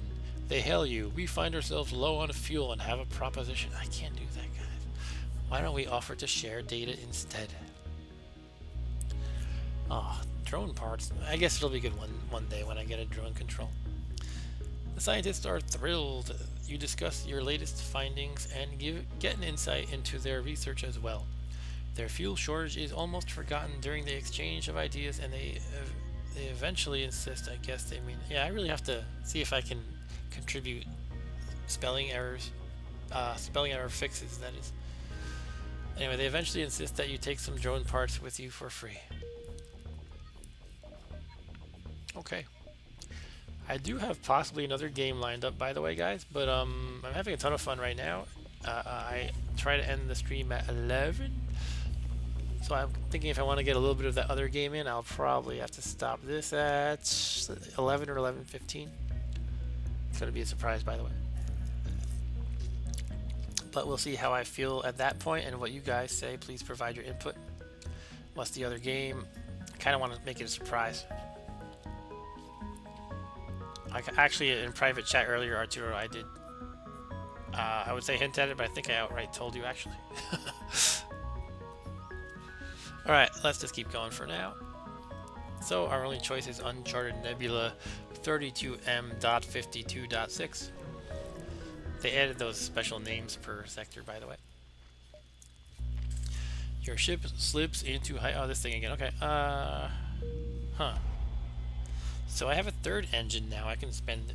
third option now. I can spend 3 fuel to travel at full speed to the next sector, which I assume would mean something like... I'm ahead of the rebel fleet for 1 extra jump? Something like that. However, 3 fuel would be cutting it extremely close. Even the 2 fuel option is very close. I will take input from you guys for options 1 versus 2. I will not do 3. I'm leaning towards 2, but having 2 fuel is very dangerous. So... decide for me. I can't make decisions. Oh, no, I'll give it like 10 seconds and then I'll make a decision. If I vote for 2,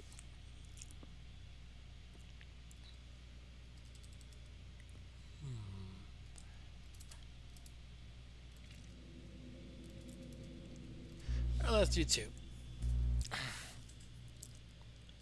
It's pretty risky, but it's always letting the rebel fleet attack you, so. Okay. Now we have to choose between this stuff again. Socialize, upgrade, or science lab. I feel like I need to socialize. I don't know. I wonder if I'm too concerned about their morale. But I figure anytime I do something awful like I just did, I should probably try to get in a socialize to balance that out. So I will hit number 1. Okay. I wonder what number 3 look around some more does.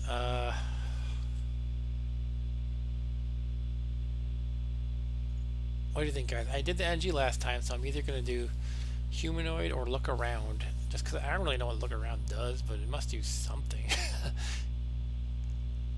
Something separate from moving on, so you must have another socialize option there, I would think. Or you've just encountered something else on the ship that you didn't know existed. I don't know. So 1 or 3. Try look around. All right, let's do it. Number 3, look around. Again, I'm having to press the command for no reason. You take a... Come on, really? You take a walk around the ship and see who you can find. Move on. You decide there's no time for idle chatting. Oh, what a waste. Okay, all I can figure is that option is for if you want to talk to other crew members that are not listed on the first page. That's the best I can guess. Okay, well, that was a waste, but here we are in a nebula sector.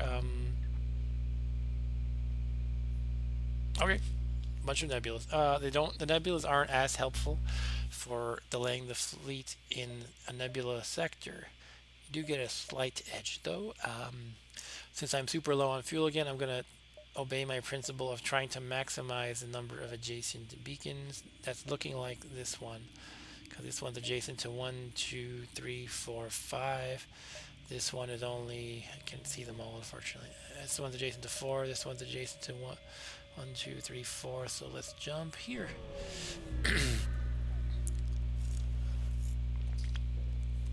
Is that Voltron? Is that a Decepticon? What am I looking at? Alright. Burnt out ship husks are scattered throughout this part of the nebula. Most of them are bearing Federation tags. The crew wonders what came through here. When you move in to investigate, one of the large structures, red lights flicker on all over it. One of the large structures, red lights flicker on all over it. Oh, as you move in to investigate one of the large structures, I can read, red lights flicker on all over it. The wreckage turns and reveals itself as a fully functional automated cruiser, and it is already spinning up its guns, prepare to fight. There is a short message incoming. You are inferior.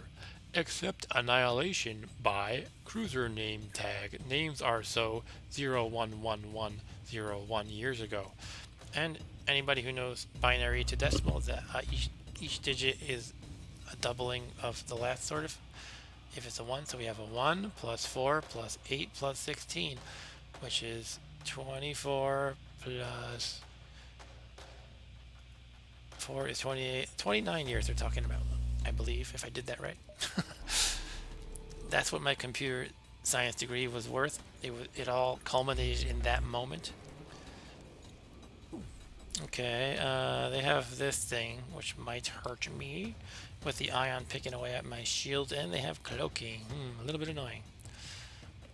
Let's try charging up our artillery, though. We can deal with that oxygen for a little bit, right? Okay, that ion fire is disturbingly fast. I do not like it one bit. I'm gonna definitely use a missile here, I think.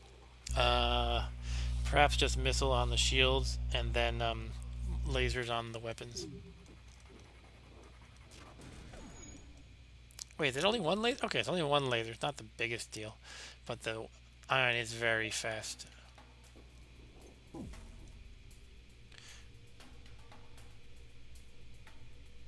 Yeah, let's do what I said. I'm not 100% sure the cloaking won't activate in time.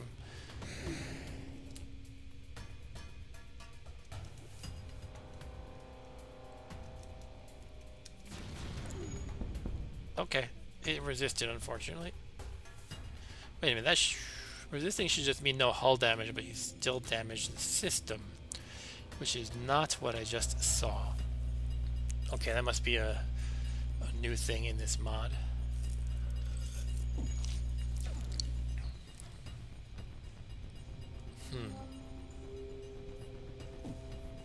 Gotta keep an eye on this oxygen, by the way, because I turned it off. Oof, I got hit. Titanium system casing. Good point, Mr. Robob. Good point. Well, no, that's... Well, yeah, it does have that, but titanium casing prevents the damage, but the system still gets hit. So I'm seeing something different from that.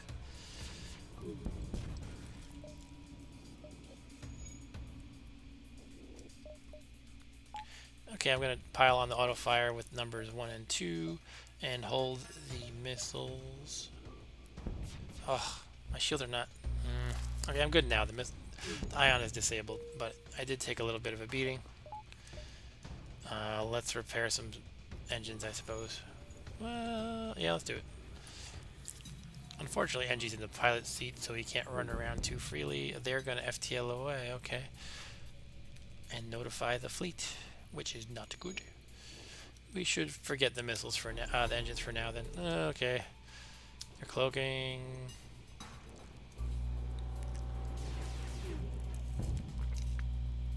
Jump imminent. I guess we will shoot the missiles then. Fire the missiles! Okay, that did the trick.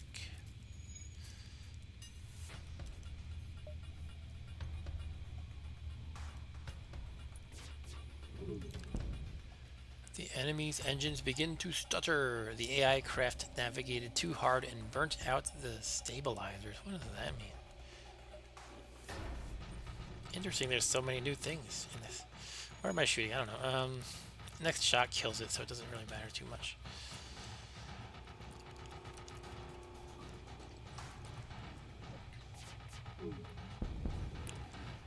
Okay, let's do some repairs. Oh, hold on. You did it. The cruiser breaks apart. Several major explosions leave only a slowly drifting debris field behind. You collect what usable material floats nearby, but the wreckage is so big that more time would be necessary to salvage everything. You run a quick debris drift analysis to see what you could gather. Interesting. So I can get 3 fuel, 1 drone part, 41 scraps, or oh, oh, oh, okay. I get that off the bat. 3, I think. 3 fuel, which is great. 1 drone part, 41 scrap, and if I spend more time, which we don't know how that will work exactly, how much.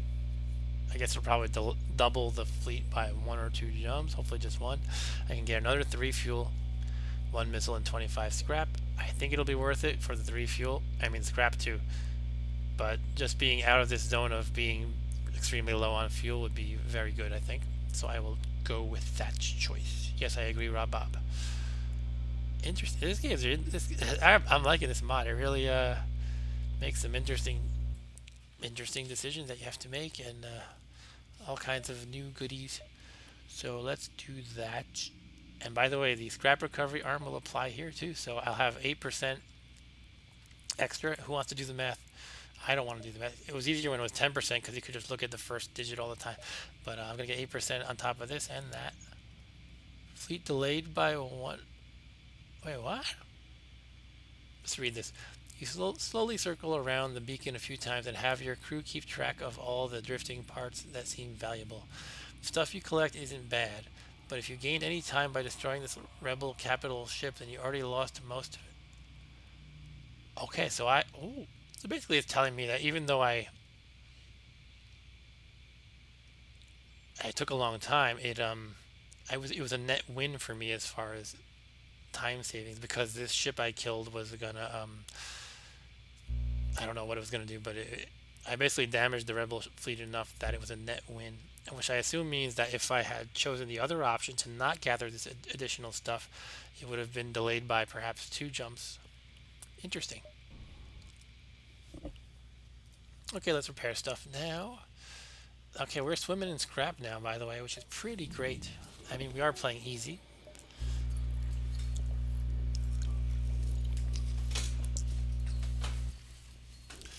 And I can get that shield upgrade, can't I? What did I say I needed? I needed 155. I'm at 145. It's pretty close. I am not in desperate need of fuel anymore, which feels good.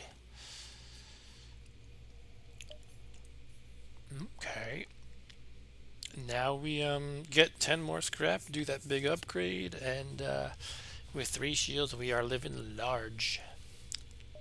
We will be living large. Alright, I don't really have any particular preference here of where I'm going to jump. It feels like I'm almost guaranteed to find a store if I hit here. I don't care too much about a store. In fact, it's almost like, well, now I'm not going to be able to do my big upgrade. But it could be worth it. I could get cloaking. I could get a drone control or mind control. And it's not guaranteed, obviously, but just with 1, 2, 3, 4, 5, 6, 7 adjacent sectors, I think there's a good, I mean, beacons, not sectors. There would be a good probability of hitting a store, probably. So let's do it. And actually, if I can get a crew from a store, crew member, that would probably be really good. You spot a rebel ship in the nebula ahead and stay off their radar. No, I don't want to stay. Yeah, let's engage. Oh, really? Alright, you get disoriented in the nebula and lose your bearings completely. It takes some time to get back to the beacon, blah blah blah. Long story short, fleet pursuit doubled for 1 jump. And there is no store next to me. Okay. That's cool though. Let's pick a path. Alright,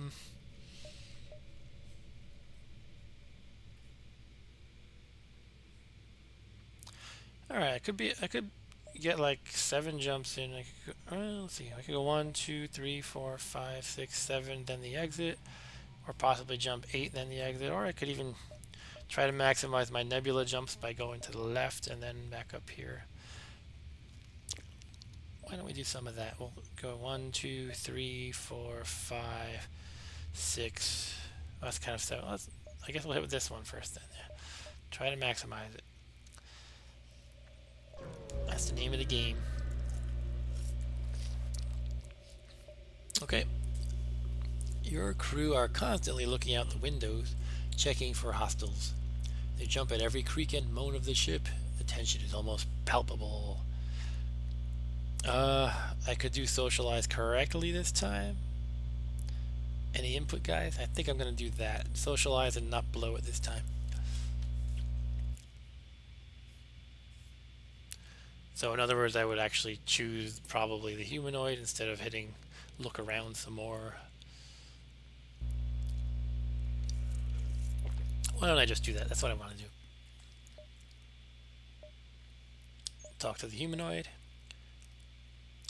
He is prejudiced against the mantis. That racist. Arturo, come on. I thought you liked the mantises. I am shocked.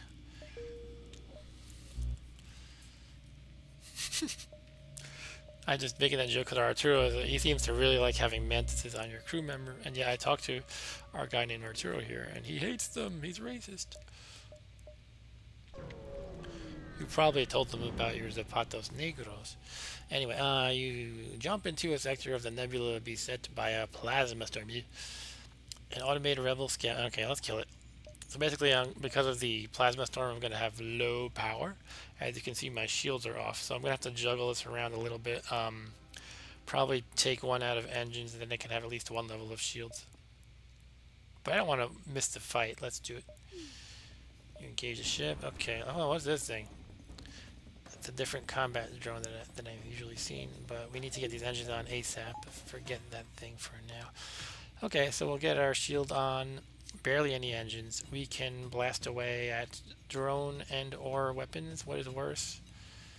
Yeah, we don't want this beam hitting us without shields, so let's take out the weapons as usual. What does this thing do? Okay, it's gonna hang around. It's probably just like a normal combat drone, but it looks different. Okay, their weapons are hurting. They have a beam still though, and now they have 2 drones on me, presumably because I damaged the weapons and now it can reallocate power to the drones. So let's take out the drones next. Okay, we damaged the drone, so this one is now disabled, but this one's still online. I think we're in a good shape though. They also were able to allocate power to the shields at this point, unfortunately. Miss.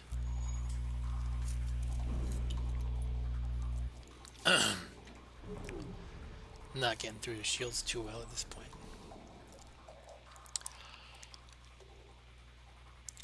I might want to focus on pilot just because my chances of getting through have gotten pretty low, but if I get through pilot, they will increase. Okay, now the pilot is out and everything is a guaranteed hit. So let's continue knocking out the drones.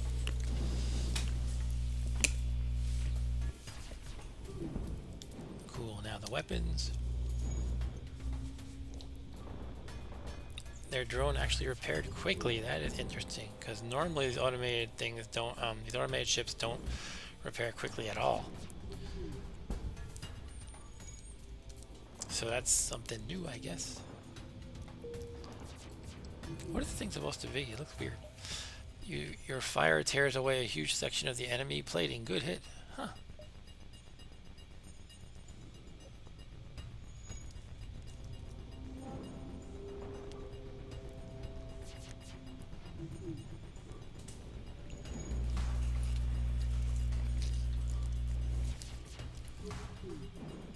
Oh, they repaired their pilot a little bit. Yeah, I guess they I guess this mod actually increases the automated ship's repair rate. They are very weak generally because of that. Although they also often have a high evade, so I don't know. Okay, we got some fuel, which is good because we're getting pretty low again. Good amount of scrap. All right, nice. Okay, guys, we're nearing about 11:15. Do you guys want to continue to play this game? Or I could jump to my surprise game. But for now, we are going to, in either case, get our big shield upgrade. Hooray!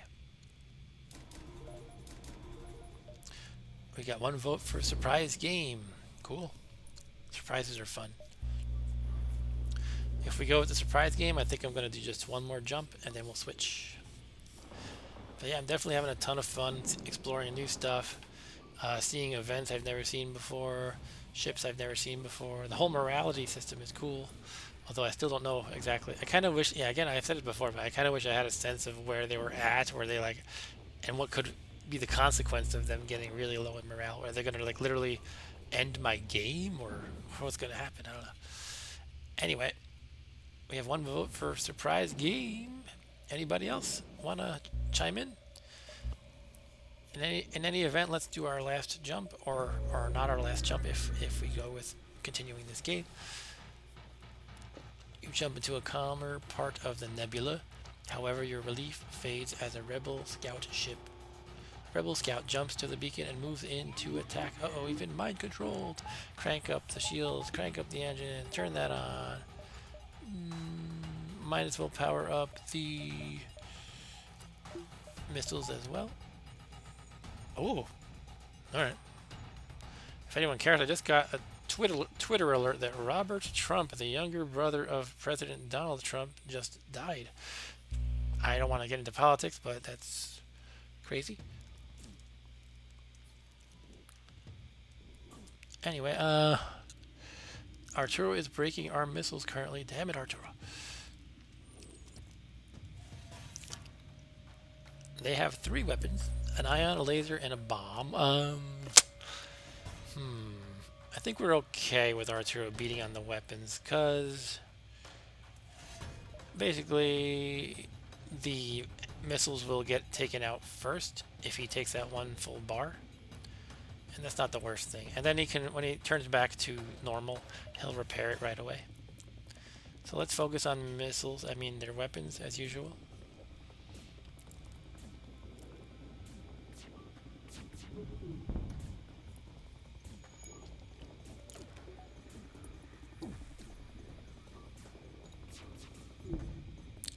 The enemy has sustained heavy damage and the reactor of the small craft starts to malfunction. Interesting. So I think what happened is, as kind of a random thing of me beating them up, they have less power now because the reactor starts to malfunction. Interesting.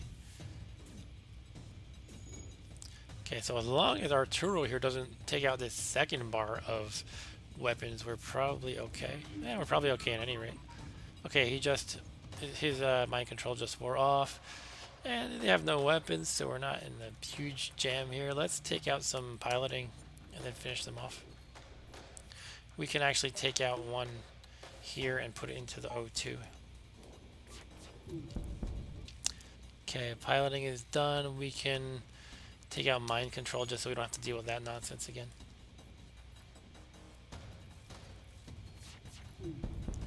Hooray, we win. 2 fuel, 1 drone part, and 39 scrap. 39 becomes 42 thanks to our scrap recovery arm. Alright, I think that's enough. FTL Captain's Edition. Really cool mod for a really cool game, and I'm only afraid I'm going to get totally sucked into this game like a 2nd time. Like back when I had the original game, I just couldn't stop playing it. And, you know, I have a lot of things I want to do in my free time, what little free time I have.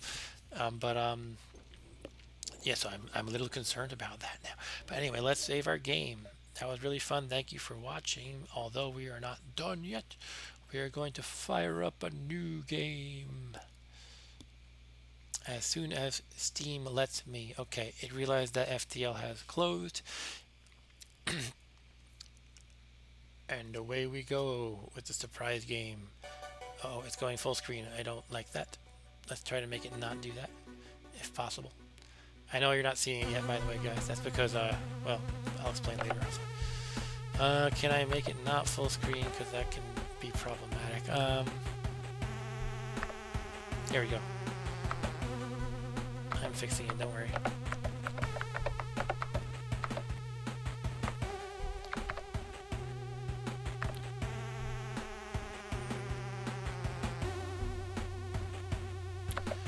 Okay, we are not in full screen anymore, so now I can switch it. You should be able to hear the music right now. And now you should be able to see the window, which I have to adjust a little bit here. Actually, I'm going to play with this res a little. It doesn't need to be quite this high for what it is. Okay.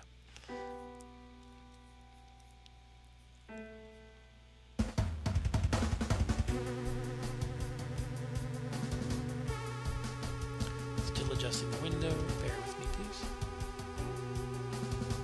Alright, that should be pretty good. Okay, welcome to a game by the men who wear many hats. Audio by Ben Crossbones. Oregon Trail Director's Cut. No, not Oregon Trail, it's Oregon Trail. Let's see what Arturo has to say here. This guy first refuses to acknowledge Mantis' greatness and then destroys our systems. When are you going to realize this is an imposter? Oh, it's an imposter, Arturo.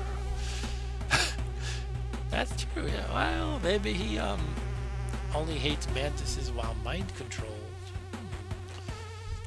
Alright, this is Oregon Trail. It is a zombie game modeled after the classic game that you might have played on like an Apple II or something called Oregon Trail. And it's pretty fun. I'm adjusting volumes a little because it seems like the music's a little on the loud side. Alright, that's probably good. Twitter button enabled.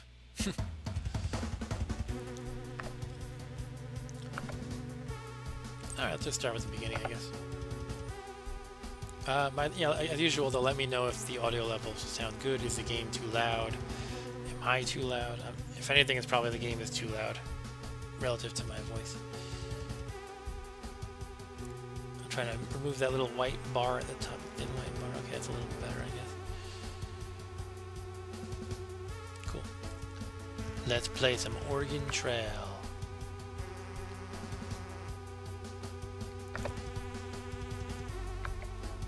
Alright, explain difficulty. Since I haven't played this game in at least like 5 years, maybe, let's say, yeah, probably at least 5 years, I'll play with easy. Although if I recall correctly, easy is quite easy. Let's do normal. Co-op mode. That's kind of new, I think. Anyway, we're not going to play that because there's only me. Okay, so you choose your main character.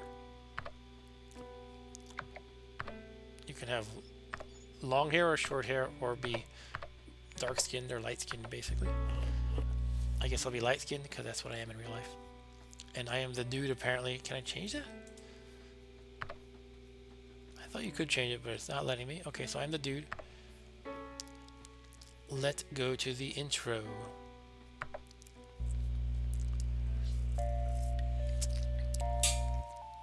Click on the enemy and draw a line towards yourself to shoot. So here's a zombie coming at me, and I just draw a line like that, and I shoot him.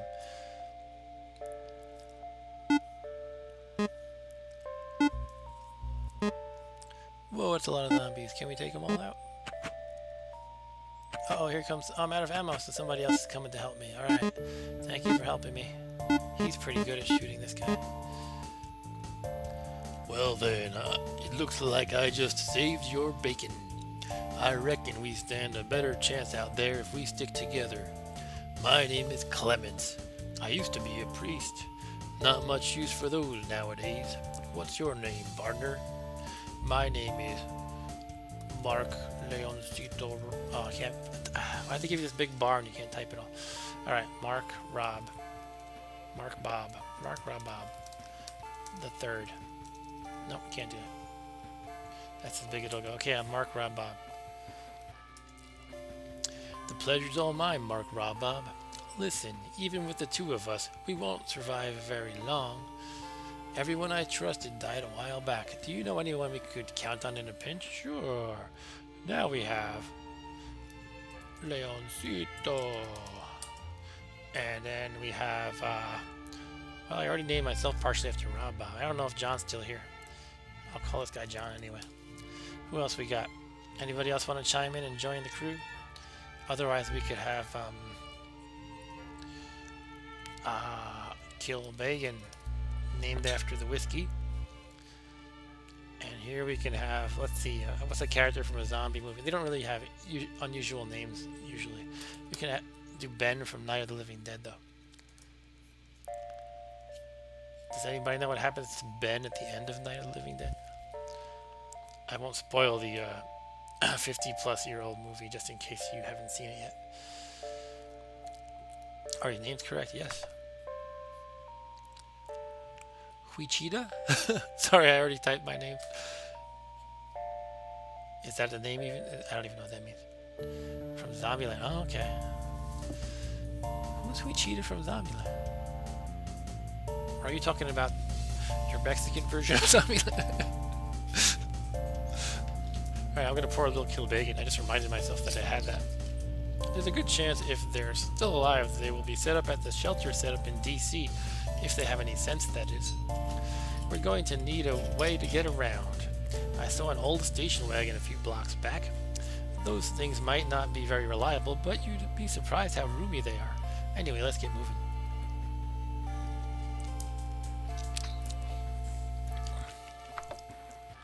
Wichita, okay. Use WASD or arrow keys to move around. Targets to shoot. There's a zombie target over here that we've apparently made up. Let's shoot it. Oh, I missed. There we go. Emma Stone's character is Wichita? Huh. Is that in your dubbed version, I guess? That's not her name, really, is it? Yeah. Maybe it is, I don't know. Practice moving and shooting before you get in the car. Alright, I'm good at this. So you can't move while shooting.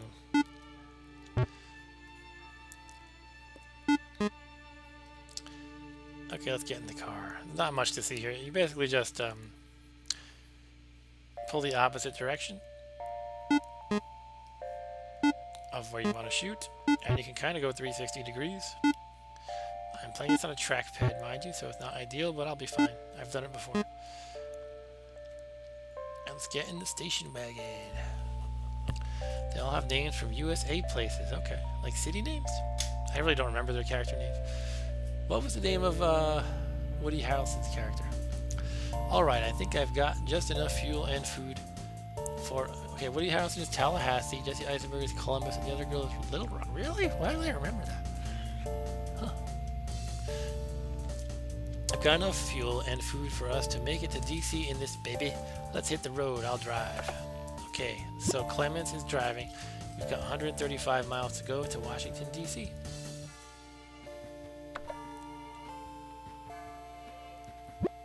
Clemens has a broken...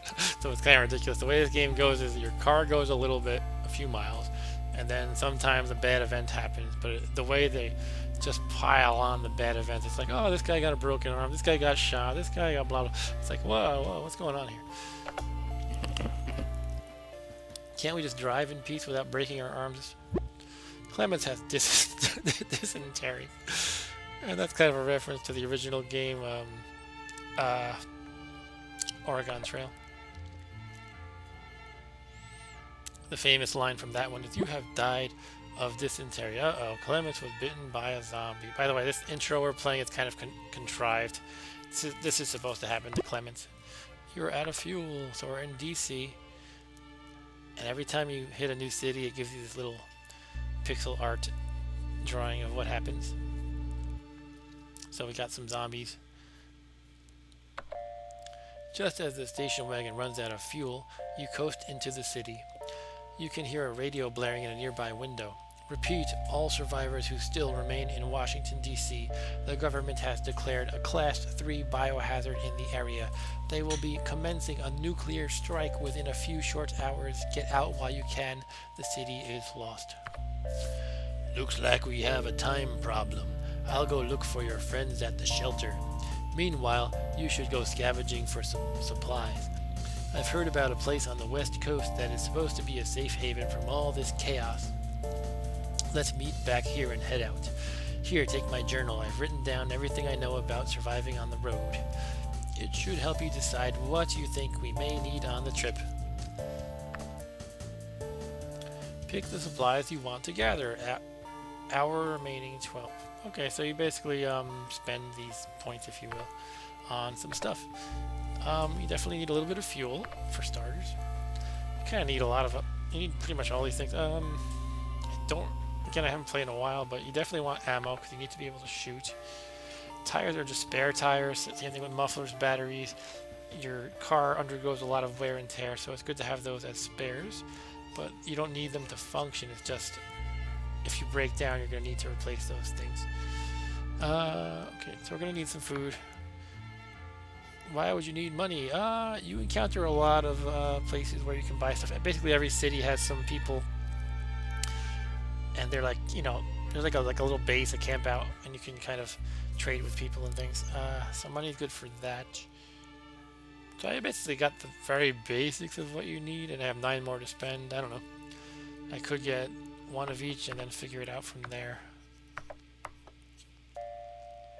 Again, it's been a while, so I don't have a good sense of how much of these things you want, but it's probably best to focus on the fuel, food, and ammo. So I've added another level to each of those.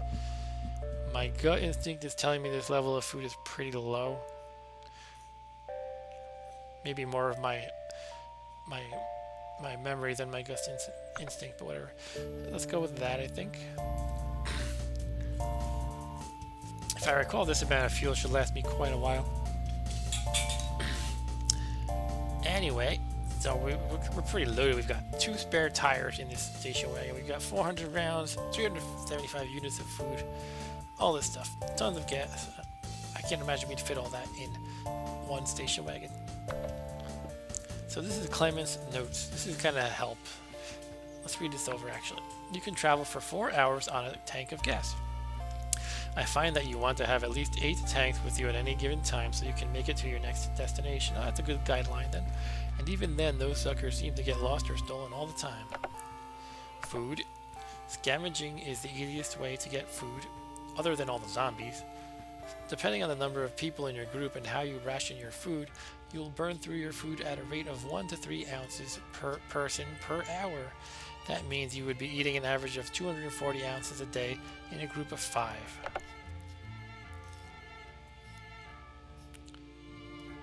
Medkits. Sometimes you just need a good old-fashioned medkit. They always seem to perk someone up when they are feeling down. What is this, coffee? I've never seen a guy with a broken arm say he felt at least 30% better after I patched him up with one of these bad boys. Did I say no? I've seen a guy with a broken arm. Alright, whatever. Always a good idea to have a handful of these around for emergencies. Ammo. The world has gone to shit. It's a great thing that America loves its guns because I can't ever seem to kill enough of these zombie bastards. I don't have whiskey on the car, though. You would be surprised how quickly you burn through them. I've easily gone through a few dozen rounds just scavenging for food. And if you ever find yourself surrounded, you'd better be packing. Money. Although most traders on the road don't find much value in paper money, there are still little pockets of civilization who cling to the old ways. I'd keep a few hundred on me at any time. Well, I only have 50. I think we'll be okay, though. So I can buy what I need when times get rough. But those merchants really have a funny sense of value for the end times. You should be able to find money while scavenging. I hope my volume's okay. It looks like my music may be a little bit loud. I'm going to turn it down a little bit. Car parts. It's always good to have some spare car parts on you. You don't want to break down in the middle of nowhere and stand around waiting for someone who wants to trade. It's kind of like FTL. If you run out of the car parts, you sit there and wait for some opportunity to get the car parts. And what I mean by comparing it to FTL is when you run out of fuel in FTL, you sit there waiting for something to give you fuel. Or you fight the fleet if you have to, and in this case you would fight zombies if you had to. I always carry a few extra batteries, tires, and mufflers on me. Don't leave home without them. And scrap. This sounds like FTL too. You'll need to scavenge for scrap if your car breaks down. You can make some general repairs to your vehicle with all the scrap lying around. The more you have, the better chance it will stick. I usually just get repairs at the auto shops myself. It's pricey, but I'm no good with my hands. Alright, that's that. We'll do what I picked. Although they recommended more money, I think we'll be okay.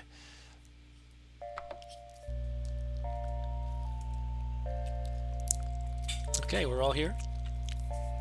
We have a dog.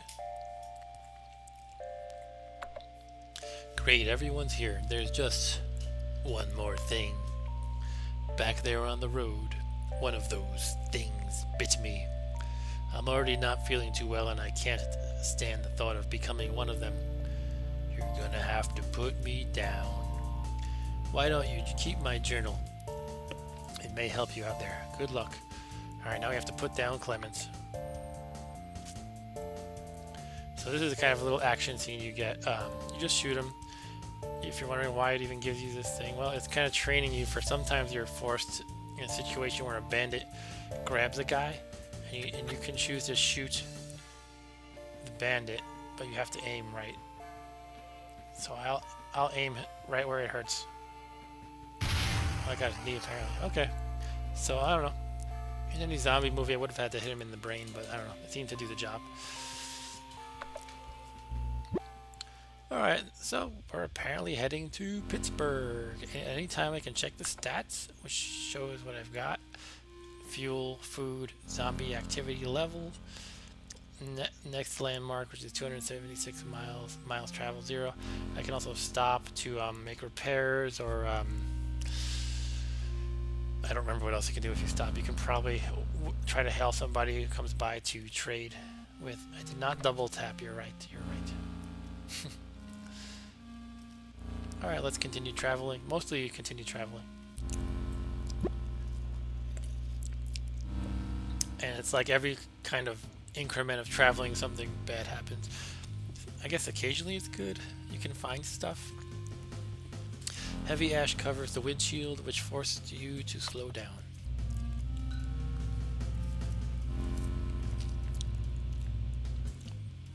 I think you can adjust the rate of your travels, actually. I think you have to stop to do that, though.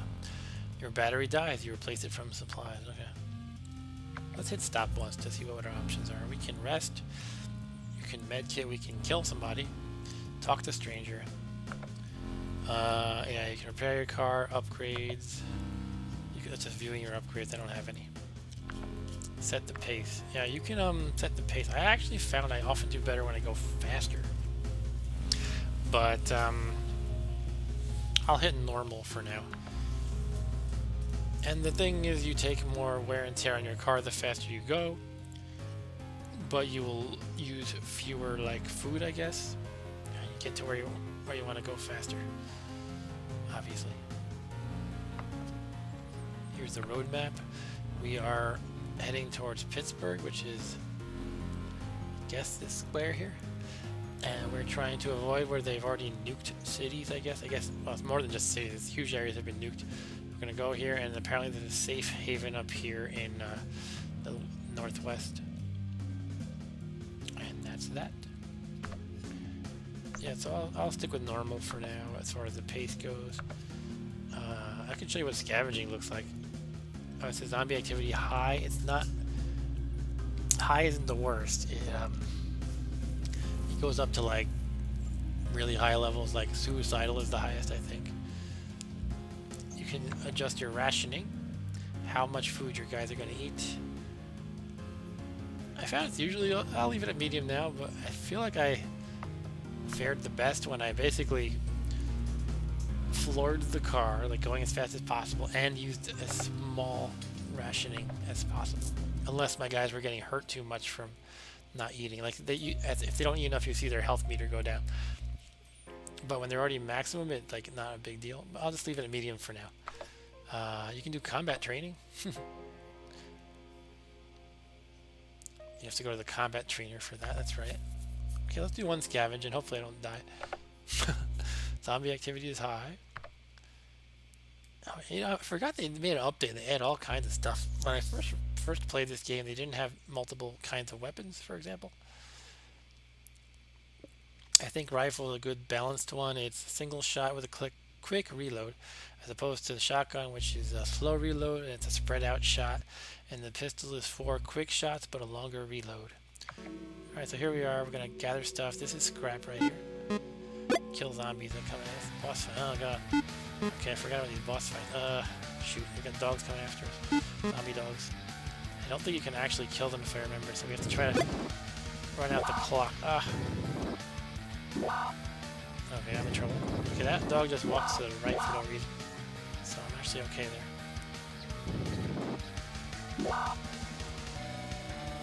If we get the shopping cart, we get some food. Okay. There's some duct tape, which I think counts as scrap. Basically, you just run out the clock. It goes for like 30 seconds or something, and then you're done. Alright, that's it. So you found 265 ounces of food while scavenging, but you were only able to carry 250. And you also found 25 scrap. So we pretty much like got a ton more food. Luckily the zombie dogs didn't get me. All in all, that was worthwhile, I guess. Everybody's pretty healthy right now, except for poor Clemens, whom we killed.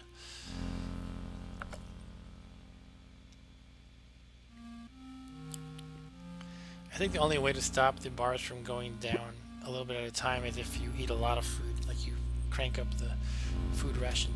You discover one of your gas tanks is filled with water. So I just had to lose a gas tank because of that. Okay, someone in the distance is shooting at you. You hear a bullet hit the car. It's so ridiculous, this game. So that just makes my station wagon meter go down a little bit. John has exhaustion. Okay. Pittsburgh. Okay, so you can do things like buy, sell, check out what jobs are in town, or visit the auto body shop.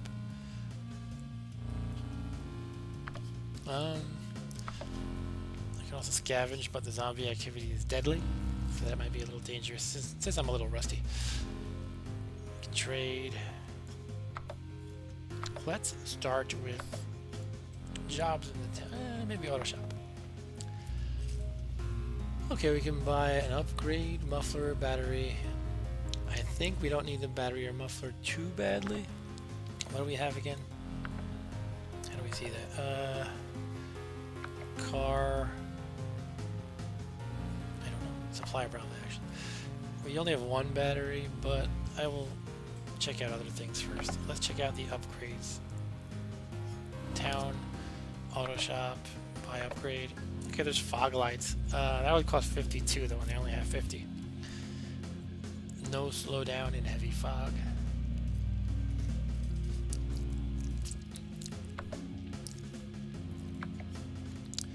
We could see what we can buy. Fuel, scrap, food, medkits, ammo. Okay. Basically all the major resources are available. Why don't we check jobs for now? Bandits. There is a group of hostile folk who have holed up in a nearby building. I think they mean to take over. Difficulty level suicide. And defense. There is a massive herd of the undead coming towards town. Hired guns. The difficulty suicide for that one too. Arturo says light attracts zombies. Okay. I don't think it does in this game. I don't feel confident in doing a suicidal level thing, but I think I had the. Yeah, I had a trick with the bandits. I think it can be. I think I can handle it. You have to. Basically, you're shooting from a protected place, and they can't hit you while you're not shooting. But as soon as you peek your head up to shoot, they can get you. But there's a rhythm to each bandit. They pop out in and out of the window every X seconds. So what I like to do, and it usually works pretty well, is I count the seconds. I just go 1 Mississippi, 2 Mississippi, 3 Mississippi, and then I know right when they're going to pop up, and I pick them off one by one. Suicide might be hard though, considering I haven't played in a few years, but you don't like lose the game. You just kind of like You take some damage and then you don't make the money. So $9 is crap, by the way, but I just want to do it anyway, just for fun. They hand you 20 ammo before you head out. Okay, thanks for the bonus. You're vulnerable while aiming, and so is the enemy. Pull back and aim. Release to shoot. I'll stick with the rifle because that's what I know most. Alright, so here I am. Okay, I picked off one already. Let's do my counting with this guy. 1 Mississippi, 2 Mississippi, 3 Mississippi. 1 Mississippi, 2 Mississippi, 3 Mississippi. Yeah, I got it. This one. 1 Mississippi, 2 Mississippi, 3 Mississippi, 4 Mississippi, 5. 1 Mississippi, 2 Mississippi, 3 Mississippi, 4 Mississippi. Got it. Oh, I missed. Had the time right, but I missed. 1 Mississippi, 2 Mississippi, 3 Mississippi, 4. Missed. Let's pick another guy, fam. 1 Mississippi, 2 Mississippi, 3 Mississippi, 4. 1 Mississippi, 2 Mississippi, 3 Mississippi, 4. Missed. Got him. Mississippi, 2 Mississippi, 3 Mississippi, 4 Mississippi. 1 Mississippi, 2 Mississippi, 3 Mississippi, 4 Mississippi. 1 Mississippi, 2 Mississippi, 3 Mississippi, 4 Mississippi. Got him. This guy. 1 Mississippi, 2 Mississippi, 3 Mississippi, 4 Mississippi. 1 Mississippi, 2 Mississippi, 3 Mississippi, 4 Mississippi. Got him. 1 Mississippi, 2 Mississippi, 3 Mississippi, 4 Mississippi, 5 Mississippi. 1 Mississippi, 2 Mississippi, 3 Mississippi, 4 Mississippi, 5. Oh, I missed. 2 Mississippi, 3 Mississippi, 5. And one more should be easy. Yay! Alright, so that's my trick to the bandits.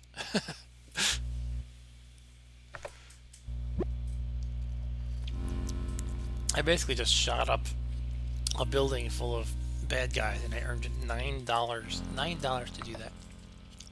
I am less confident in being able to handle the horde of zombies coming at me at suicide level. Let me think. I'm trying to remember how you're standing on a car and they come from, like, I guess basically all directions. Well, do you guys want to see that or not? I could probably get damaged and lose out on my money, but I guess it's not like you just die, so I guess it's worth a shot. And we want to see cool things because we're showing off the game here. So I've talked myself into a suicidal zombie attack. All right, here goes nothing. I guess I'll stick with the rifle again because I'm used to that, but I'll probably mix it up again later, perhaps. Here we go. I gotta take out a lot of zombies. The fat ones take 2 shots because fat people are stronger, I guess. Fat zombies are stronger anyway. Come on, come on, come on. Gotta hit him, gotta hit him. Can't miss.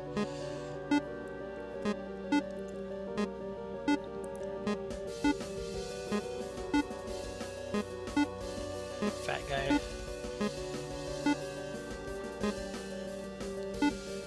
Okay, I think I've got a decent handle on it. Don't feel myself missing a ton. There's a legless zombie coming at me. They're somehow just as fast even if they're legless. They're actually harder to hit is the issue.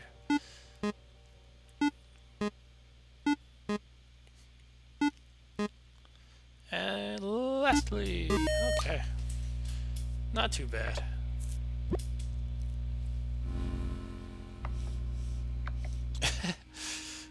Tis a silly game, is it not? Alright, so we have about 13 minutes left to this stream.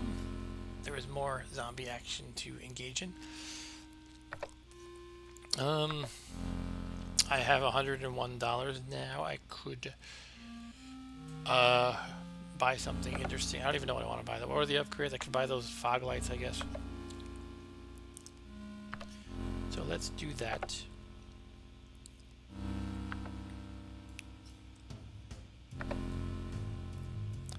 Otherwise, I don't feel like I need anything specifically. Actually, how's my ammo supply? 394, that's pretty good. I feel like I'm pretty good. We could repair the car a little bit with our scrap. What happens is you kind of wager an amount of scrap, and the more that you wager, the greater your chances is of going up an increment on this meter, health meter for your station wagon. So use scrap to repair the station wagon. The more you use, the less risky the repair. How much scrap would you like to use? I don't remember what's... I feel like I had more success erring on the side of low, because I don't know the exact percentage, but say it's like a 30% chance of success if you use 2, and then it might be like 50% if you use 4 and 70% if you use 8. And I think I found if you just kind of use the lowest increment, it's like repeated rolls of the dice. So it would be like, say you want to roll a 6 on a die, but you get 4 chances. That's usually better than like one chance of getting one chance of a 5 or a 6, something like that, if you follow my logic. Basically maximizing the rolls of the dice. Oh, they actually, that's right, they added like a skill game to it.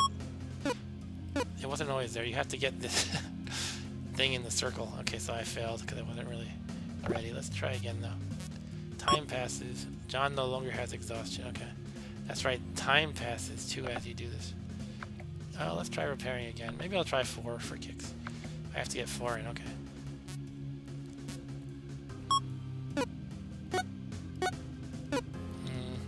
Okay, I got 2 of them in. So I repaired for 9 plus 2. Okay. Yeah, they changed how this works. It used to just kind of be a wager, but now you have a little skill game involved, kind of. Well, let's do another 4.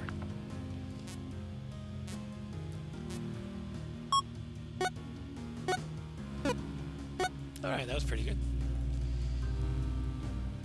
Cool, we'll leave it at that, I guess.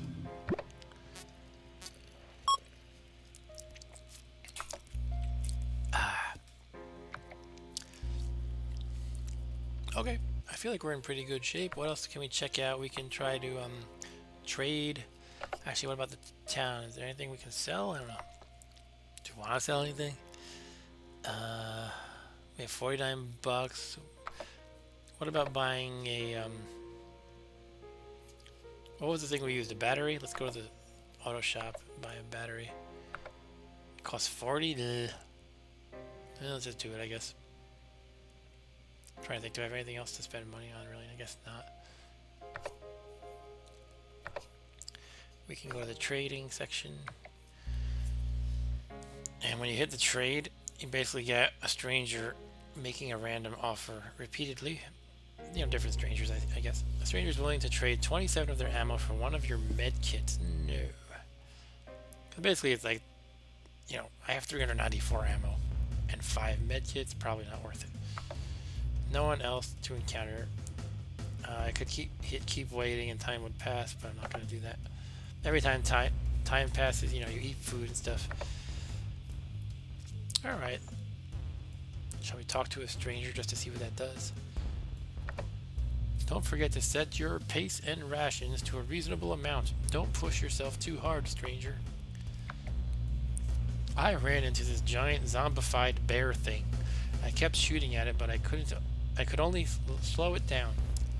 It wouldn't die. I was lucky to get out of there alive. Okay, one more. Did you hear the radio broadcast today? They say some folks start for Safe Haven without carrying spare parts, not even an extra battery. Must think they grow on trees. Hope they're lucky enough to find an abandoned car. I feel like... I'm being silly now. I'm being realistic. I feel like you don't have to worry about your car battery dying that often in real life. I think I've changed batteries in all the cars I've driven, and it's been a while. Let's just say that. I won't say the number of years. It's been a long time. I think I've changed maybe 3 batteries.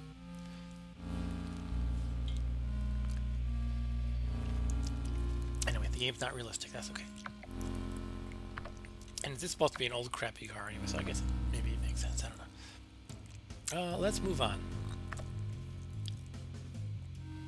Or can we rest? I don't remember how resting works. Let's try though.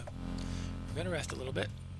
How long would you like to rest? You consume food, and I think your meters go up.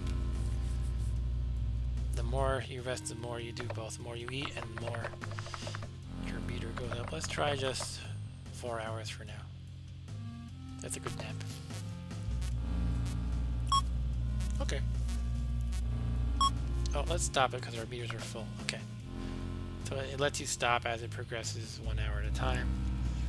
Obviously, in real life, it's good to get a solid block of sleep. It's not just about a meter of health, but this is good enough. Alright, let's continue on our merry way, I guess. Next stop. Oh, you. So this is a kind of a parody of you have to like basically cross a river in Oregon Trail, and this one you have to cross a horde of zombies. So you must cross a horde of zombies in order to continue on the road. The horde in front of you is currently large in size and appears to be ravenous. So you have to make your decision of how you want to do it given that information. It's large and ravenous. So basically you have the size and how their mood is. It could be they're quiet. It could, I don't remember all the different adjectives here, but ravenous means they're pretty violent. And large means pretty large, but I think it can go larger than large. I think there's like enormous or something like that. Oh, so it's a horde size large and horde disposition ravenous. So if I just try to go through it, might be dangerous. So here are the options. Wait to see if the horde disperses. So it might be like I just wait, and the usual time progression stuff happens, like I'll have to eat food, but it could disperse. It might grow quieter, and maybe the horde size is less. I could just break out the guns and clear a path. I can attempt to sneak through, hire mercenaries to escort, or get information about these choices. Let's do that one. You can attempt to sneak through the horde. If the zombies aren't very aggressive looking, you might be able to slowly drive through them without drawing attention. You can also fight your way through it. You will attempt to drive through the horde at top speed, firing from the windows as you go. A large and angry horde may still be able to overwhelm the vehicle. If there are mercenaries nearby, they might be willing to protect you for a nominal fee as you pass through the horde. Okay, what do you guys think? I'll let you guys chime in. We can wait, break out guns, sneak, or hire mercenaries. I have an option in mind, but I'll let you choose. Unless you guys are all asleep by now, I don't know.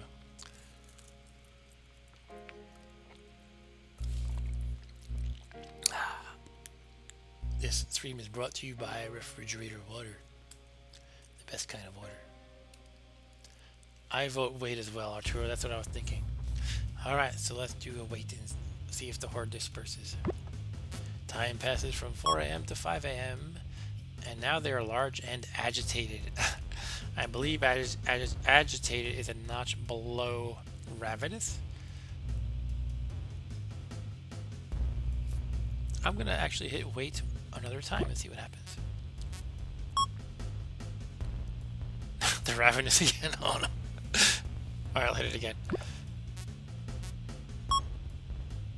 Okay, they're moderate and alert. So that's, not the best, but they are lesser in size and a little bit weaker in disposition. So I think we could probably sneak through or break out the guns at this point. I don't think we need to hire mercenaries, probably.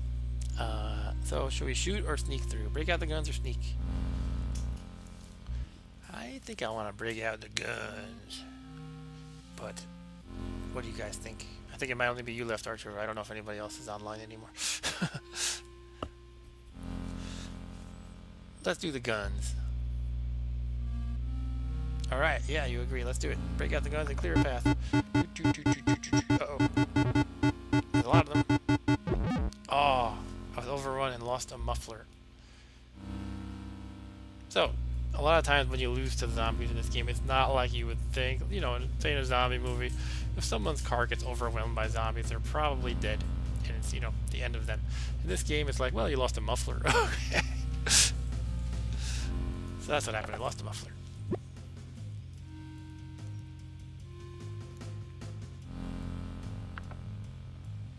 Although I think it can, on a rare occasion, just be like this person was devoured, which might happen more often in Ravenous. I think it can happen. It's very rare though. It doesn't happen too often. Following a wake of vultures has led you to food. That's kind of funny because what would vultures be picking on? A carcass. So I have gained food apparently though by eating. Actually gathering whatever the vultures were eating.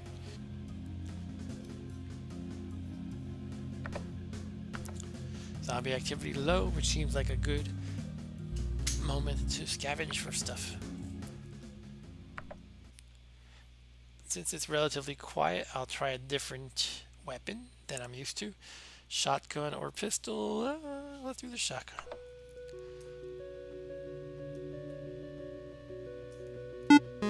Okay, the spray of 3. And it reloads more slowly, I guess. So this is some scrap. Basically, you mostly get scrap and food when you do this kind of scavenging. So there's a can of food. But you expend ammo, obviously, and you can get hurt.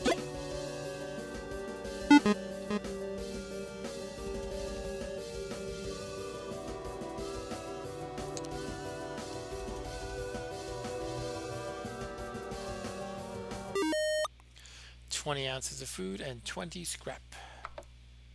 How come in FTL you don't have to gather food? It just occurred to me, you never have to worry about food in that game. I guess you have enough for your trip. So let's assume that you're all good on the food front. Anyway, we could scavenge again even. I think each activity takes an hour perhaps. Each scavenge, I mean. You don't really need it a ton. I guess it is a good opportunity while the zombie activity is low though. So maybe I'll just do one more. This time let's try the pistol. 4 quick shots, longer reload. I wonder if that means you shoot 4 one by one, or does it come out all at once? I guess we'll see. Here's a bag of groceries conveniently lying on the ground. Yeah, one at a time, and then I guess you have to reload. But you can probably shoot these 4 really fast if you want to. And now you have to reload. It takes quite a while to reload the gun. I think I've gotten beyond the carrying limit of food, which is I think 200 ounces or 250. Okay, let's start shooting. I often just try to run out the clock rather than shoot them because I don't want to waste ammo. And when you play the game a lot, you kind of can tell by the music in the background when the timer is about to run out, because it doesn't really tell you the time exactly. You have to go by the music. You found 450 ounces of food, can only carry 250. Alright. Well, it's getting 12 o'clock. I can play a little bit longer.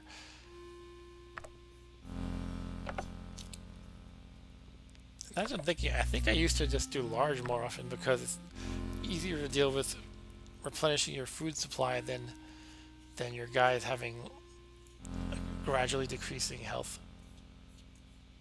Let's try that for now. Combat training. I don't have any new techniques. Okay, let's keep going forward, I guess. So we're in the rain. The sky clears up. Hooray. A fire in your car destroyed 1 muffler. This game's ridiculous. Here we have the mall. Left to die. Apaco. Wait, which city are we in? It's just the mall, okay. It's not a city, that's right. Not every location is a city. Alright, so now we can check jobs and all that stuff.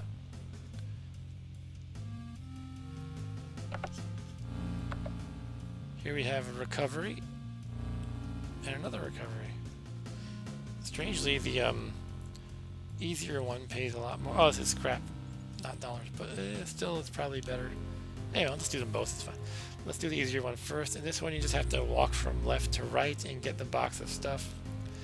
It says I dropped something of excuse me. 1 second, sorry. I dropped something of great value to me just outside of the town. If you find it, please return it. Okay, let's do that. So we just walk from left to right to I'll stick with the rifle to grab the box of stuff. And the zombies come at you in the meantime.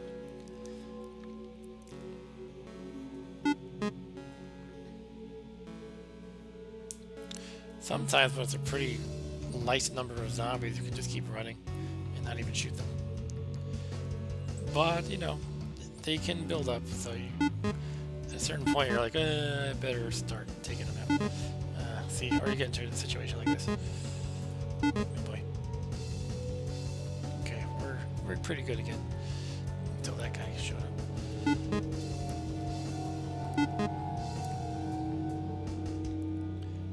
Alright, there's the box. So it only takes like, I don't know, 30 seconds to get to the box.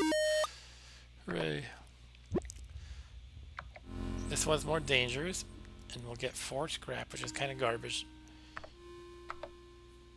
Should I do it anyway? Let's get crazy.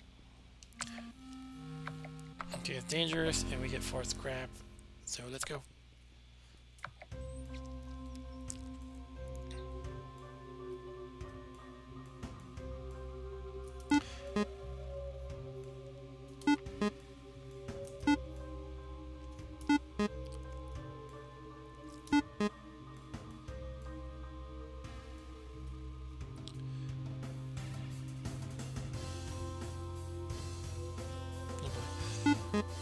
Okay, it's getting a little hairy here.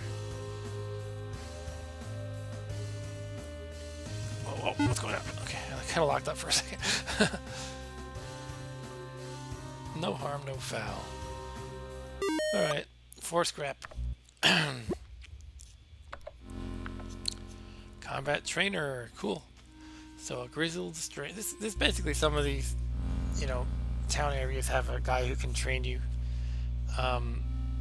Let's read it. A grizzled stranger beckons you to a dark corner and offers to teach you some useful techniques for $80.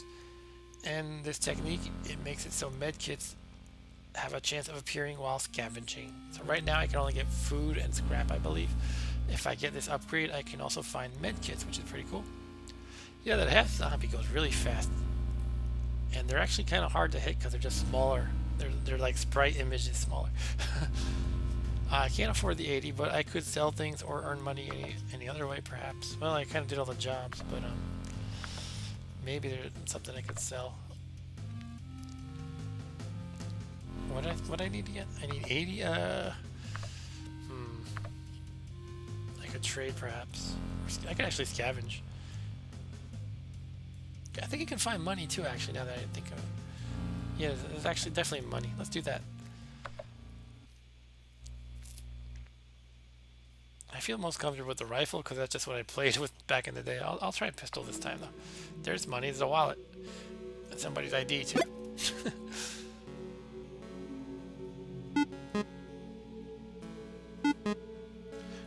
Yeah, speaking of money, a big bag of it. Come on.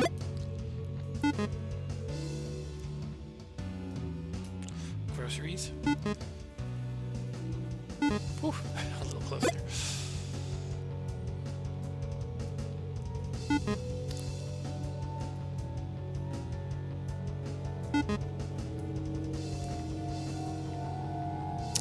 Don't know if I like the pistol. That it gives me the advantage of being able to shoot rapid fire 1, 2, 3, 4 if I need to. I don't feel like I usually need to, and then the reload time is like about 5 straight seconds, which is a little scary. But I did find $70, which is enough to buy the training that I wanted. So let's get that. How do I do this? Okay, so I am now a medkit scavenger. And with that, I think I want to scavenge again. But I should probably get a muffler one way or another. Maybe repair the car a little bit. Let's do a repair. Let's try 8 scrap just for kicks. Okay, I gotta do this circle game 8 times.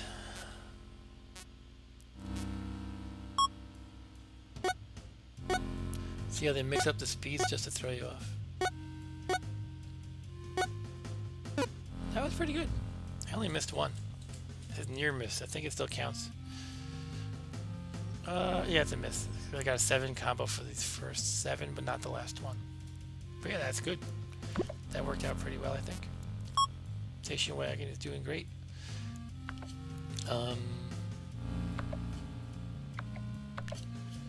Combat trainer. I think the combat trainer replaces the auto shop, so I don't have an auto shop in this town.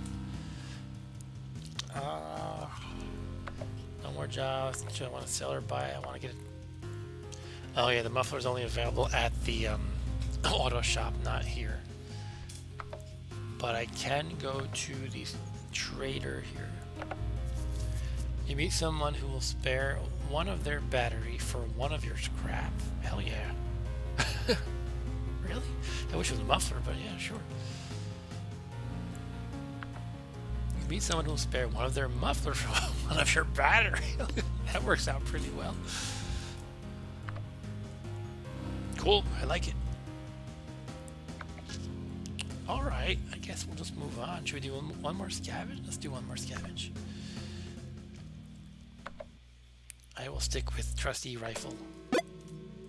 Bag of food right by my feet off the bat. Fat zombie. There's a med kit. Cool. I would really like to try the co-op version of this. I've never tried that before.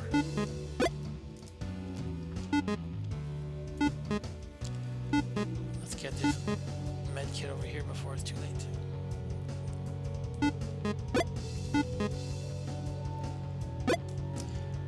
Okay, it's about to run out, so I'm just going to run out the clock.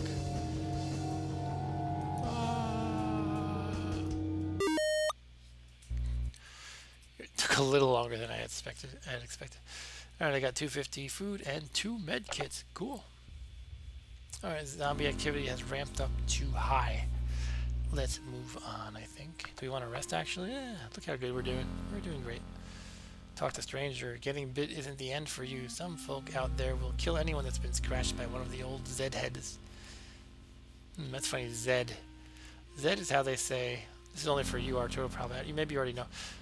In some countries that speak English... Basically, every country that speaks English, I think, except the U.S., they say the last letter of the alphabet is Z instead of Z. Maybe you knew that. Like Canada, they say that. UK. Anyway. Let's move on. Now we're headed to Indianapolis.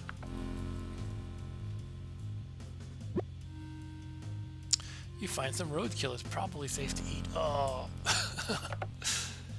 Jeez, I have a lot of food. Do I really need to eat the roadkill if I have next to 1,000 ounces of food? You think you see something going on in the distance. Will you get out of the car to investigate? Yeah, that's fun. Let's do it. Yeah, they have these weird kind of encounters like this. This one's a little creepy if I remember. Anyway, you walk into a restaurant and see a bald, round-faced man in a chef's outfit eagerly working the kitchen. Ah, customers, come in, have a seat. Please try my latest masterpiece. Does anybody really think this is going to be a good thing to eat? I'm trying to remember if it's like FTL where it's like they give you a probability of either good or bad, or if it's fully scripted in a consistent way every time. Arturo, I read Zed and I think of a League of Legends character called that. Okay, I never played League of Legends. I have a thing where I don't like playing games with massive amounts of strangers because they're usually jerks. It's not always true, but I just kind of don't like that. I like playing with friends in games, basically. Let's try the food anyway. Why not? Let's get adventures. Excuse me, my voice is going. You sit down and have a bite of the interesting pile on your plate. It's awful. How is it? He asks nervously. You can tell this man is at his wit's end and this is probably all he has left anymore. I can tell him it's good or tell him the truth that it's terrible. I don't want to start any problem. Let's just say it's good. But he might ask me to eat more. What do you guys think? When I say what do you guys think, I think it's only you, Arturo, anymore. But I'm not sure. Anyway, I'm going to actually take a quick break just to get some more water from the old refrigerator.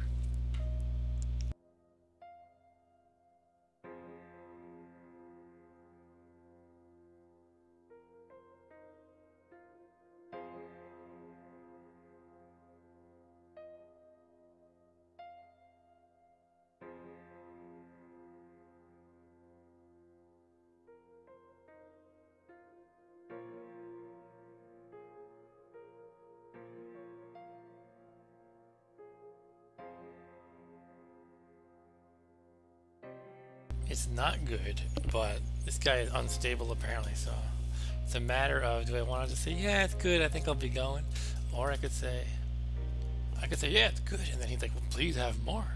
Or if I could tell him it's bad, and he might snap. I'm gonna be a wuss and say it's good. Oh yeah, it's real good. Yeah, sure. You tell him it's good and to finish your plate, you feel ill. Spectacular. Here, here. Take some more food for the road. He hands you some food, which is luckily in can form. He seems quite content with himself and continues working in the kitchen. Okay.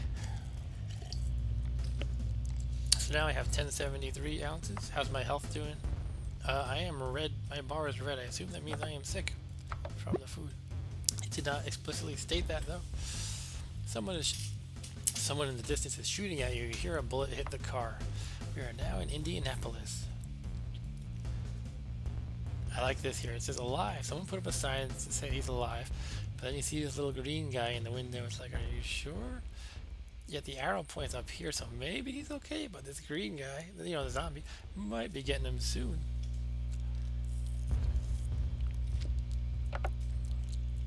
Anyway, here we are in Indianapolis. We have jobs. This is a recovery. We have an auto shop. We can get an upgrade. We can get a never break muffler. That's pretty good. Before I do too much more, I'll wait for you to get your water.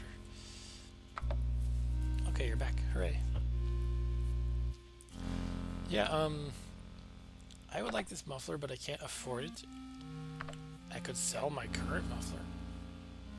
Oh, sorry. Yeah, what happened with the veg chef is I said, it's good. So I got sick, and now my health meter is red, which means I will get hurt gradually, I think. And I'll probably recover after a while. And also he gave me canned food for the road, which actually added to my food total. Presumably it's not bad. You know, just added to the food total. It's not a special thing. Not especially bad food. So I have like over 1,000 ounces of food at this point, which is insane. Anyway, now I have the opportunity to upgrade this muffler. I cannot... It makes it so my muffler never breaks, which is good, but I want to sell my existing muffler, but I can't do it here. Maybe I can do it here. No, I can't. I have to probably go to the trade section. Anyway, let's actually go to the jobs. We can get $36 if we recover a crate. It is level dangerous, though. Let's do it. Go with trusty old rifle. This is going to be a little crazy. It gets a little hard. Okay. Sometimes you just take a shot, a snapshot really quick. What's that called? A hip shot? Just kind of a quick. Don't want to waste any time aiming. Just gotta get off shots as fast as possible. Oh shoot. Alright, this is bad.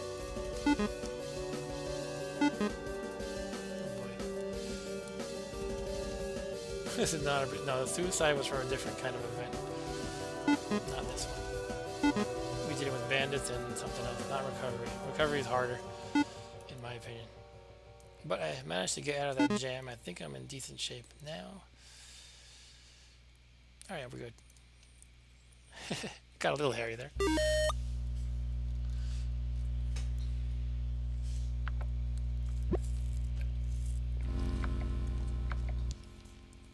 Totally worth risking your life for $36.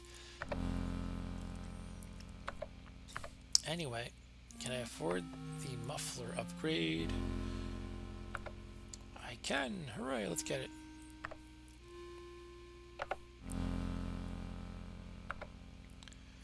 Let's do a repair. 3, 2, 1. Oh, come on. Okay, pretty good, but not great.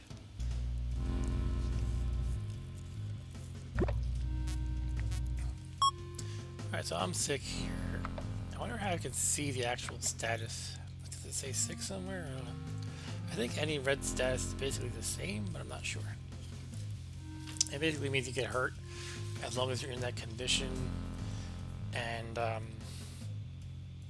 you recover usually after a while. It could be a broken arm, it could be anything. I think it's all the same basically, except for a zombie bite. But that has a different icon. It has like a skull next to your meter, I think, if I remember correctly. Anyway, what I want to do, I've done the job, I got my muffler, I could trade or scavenge. It's deadly though, so I probably don't want to scavenge. Trade 13 of their food for one of my batteries. No, I got tons of food. Nobody else? We could wait again. I don't know. I don't really need to. Just kind of doing it on a whim, I guess. They'll give me a med kit from muffler. Well, my muffler's invulnerable. I might as well do it. 3 of their fuel for 44 of your food. Yeah. That's nothing, 44 food. Okay. I guess we could just move on at this point. Let's do it. Move on. Alright, I'm gonna wrap up the stream soon. Well, let's go to 12:30. Why not? Getting crazy. It starts raining heavily. Yeah, I gave him the, the pad meat. Here, take these. This is great food. It's delicious. It's chili, not made from people at all. Maybe it's Soylent Green. Okay, apparently I had dysentery from that food. Ah, it didn't explicitly tell me that though. That status was called dysentery. The sky clears up.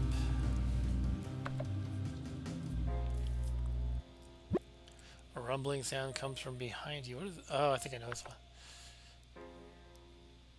Don't let the enemies hit the car. Is this the motorcycles? I think it is. No, wait. The motorcycles, you try to hit them with your car. What is this one? Don't let the enemies hit the car.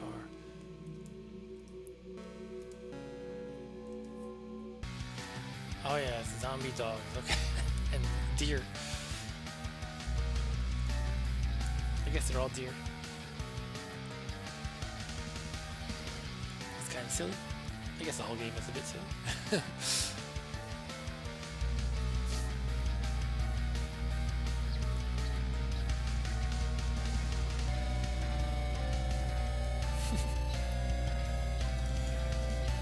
So far, not too difficult. A little bit difficult here, but yeah, not really. Okay.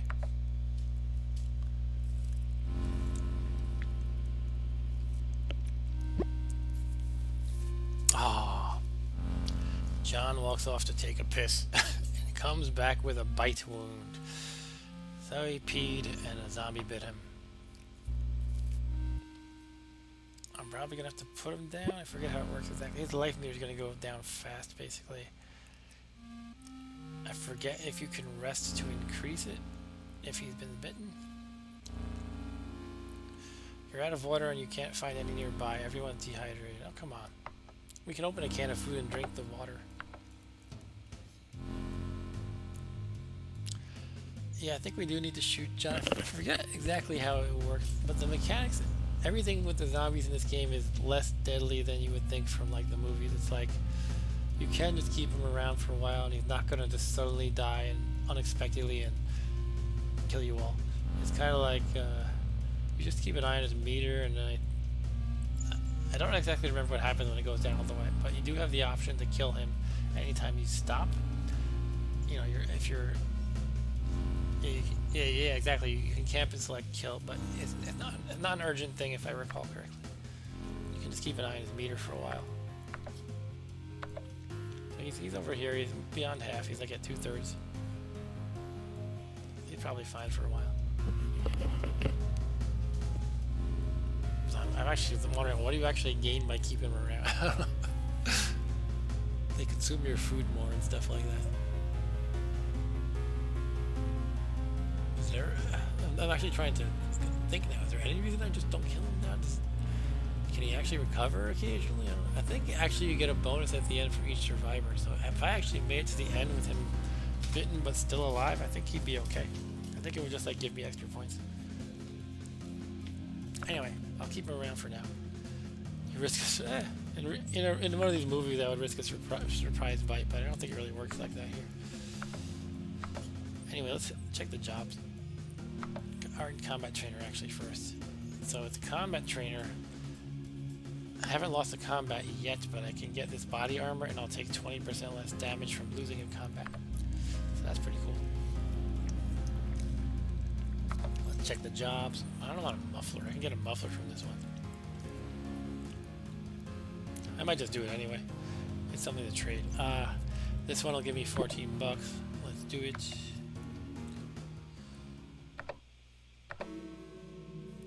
It's a normal level of difficulty, so I'm not too concerned.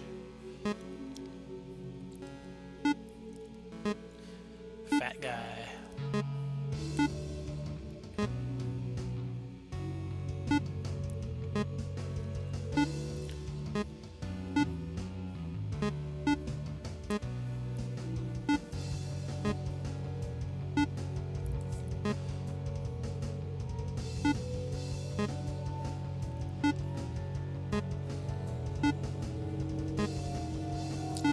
Just casual zombie shooting. No pressure. You earned $14, right? I guess I'll just get the muffler. See, because every time you do one of these attacks, you get free 20 ammo in case you're low. So I think I actually gained ammo in that last one. Let's keep track though. How many zombies do I have to kill? Well, let's count how much ammo I spent. I basically started with 347. So we don't actually have to count. We just remember 347. I just wasted one.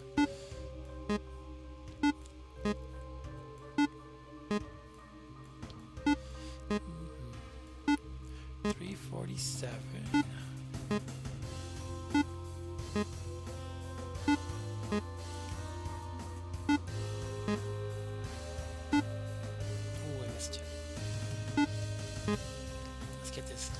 Legless one. Let's get Legolas.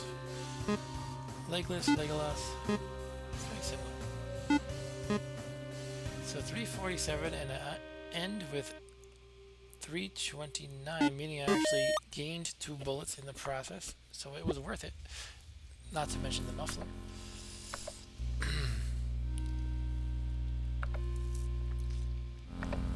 Okay, we can scavenge and try to get some money.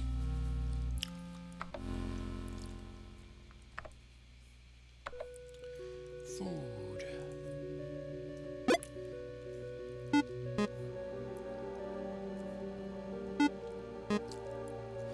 I believe this thing is supposed to be a fondue pot, so that's food as well. Would you actually eat old cheese sitting in a fondue pot sitting around? I don't know. All I'm finding is food, and I'm already full, I'm pretty sure. So I'm not going to go for that bag. Unless I have a reason to go in that direction. Time's about to run out, though. Yeah, I got 365, but I could only carry 250. Alright, my goal is to kind of get this combat training here. So I would like to continue scavenging. Gotta wrap it up soon, though. More food. Of course, being at the border of the screen is dangerous. Gotta get ready to shoot.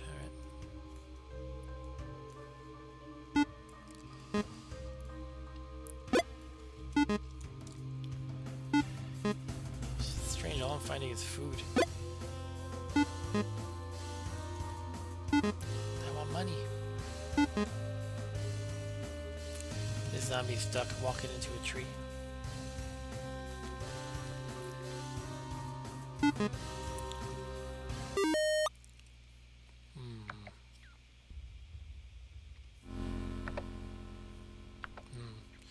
I don't know. I just want to get the combat training. There's no more jobs, right? I already did that. I could sell stuff. I mean, I could sell food. There's so much of it. I could sell like 200 food and still have a ton of it and just make $200 right off the bat. Oh, it's $1 per 10. Okay, that's different. Yeah, I don't know about that because look how. I mean, I do have a ton still, but I don't think I'd be willing to do say more than say 500. How much was the cost of that thing? It's gonna cost 80 and a half, 17. Let's do another scavenge and see what happens.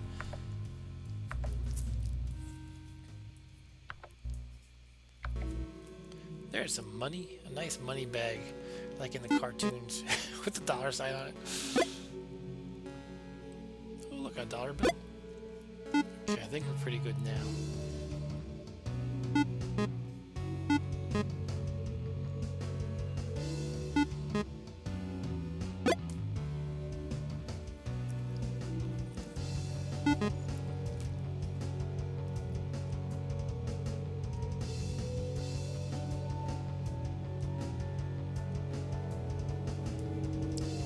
I'm just trying to run out the clock. Let's do it. Let's do it. $75. I'm glad I didn't sell all the food. Okay, now we got body armor. Well, now the activity of zombies is even lower, so let's do one more scavenge for kicks.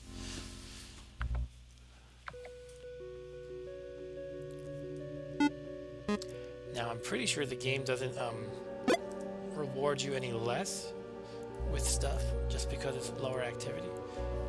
I think it's just the same amount of stuff that appears, but the activity just determines the danger independently of that. Look at my smooth move. I should shoot things probably. I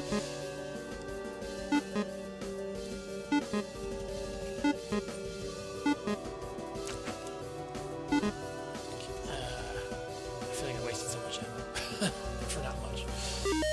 15 scrap and 15 food. 1 fuel, 3 drone parts, and 15 scrap. No, I guess I should wrap it up now. Maybe I'll go on a little bit more. Anything else to do? I did job. I did not that.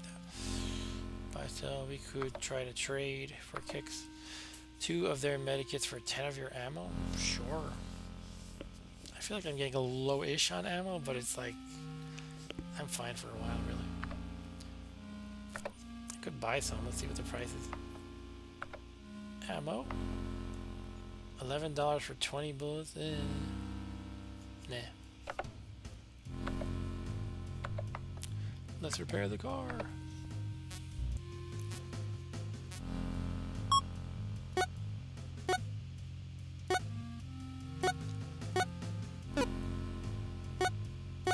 Okay, decent.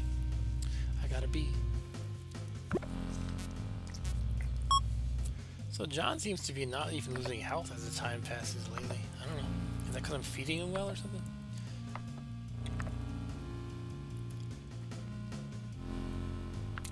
Let's do a quick rest to test. We'll rest for 2 hours and see what happens. Keep an eye on John's meter. It's going up still. See, that's the thing. I think you really can keep these guys alive for much longer than you would think. He's actually doing better than me, and I'm not a zombie. I'm not zombie bitten, that is. Alright, I should wrap it up. I do want to play a little longer because I'm already cheating my bedtime though. I don't know. Let's go to the next city or town or whatever, and then I'm done. A biker gang follows you out of the settlement. Okay. In this one, bandits will try to pull up next to you and crash into them to knock them off their bikes. So you have to hit all of them or they shoot at you. And they're really dumb. They crash into the rear of your car.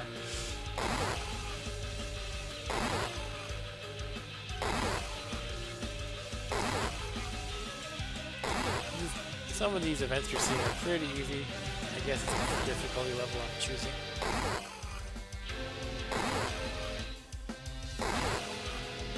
So this isn't really any challenge right now.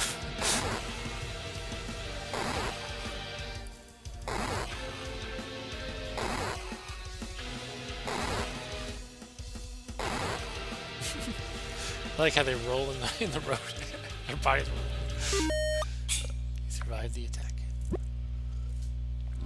Alright, we'll head to Chicago and do our Chicago business there. And then we'll call it a night. Oh, let's do this. You see the remains of another party before you. Yeah, I'm going to stop and look. Scoop Dawkins, and that's why you don't lick giraffes. What? Oh, zombie popped out of the ground. I have to shoot it.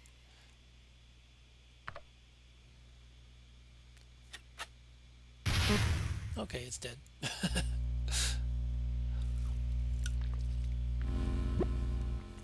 get lost on a backcountry road for an hour.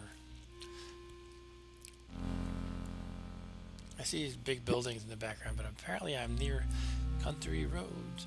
Kilbeggan has lost a broken arm. Not lost an arm, broken arm.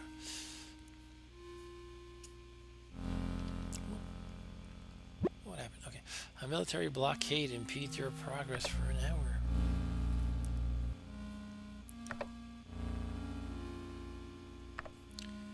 Okay, here's Chicago.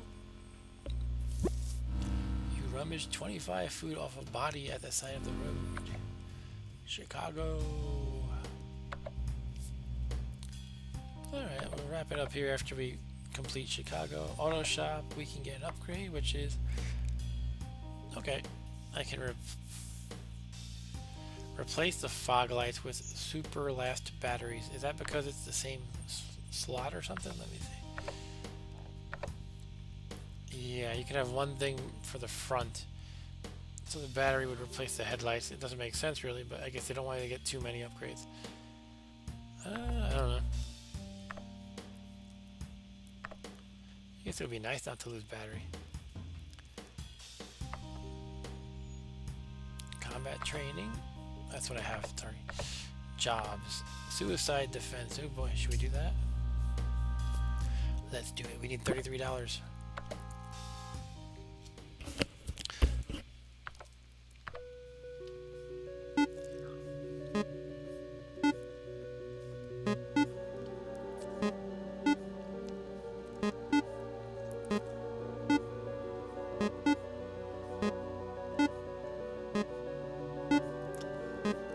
Challenging on suicide, but I did it before.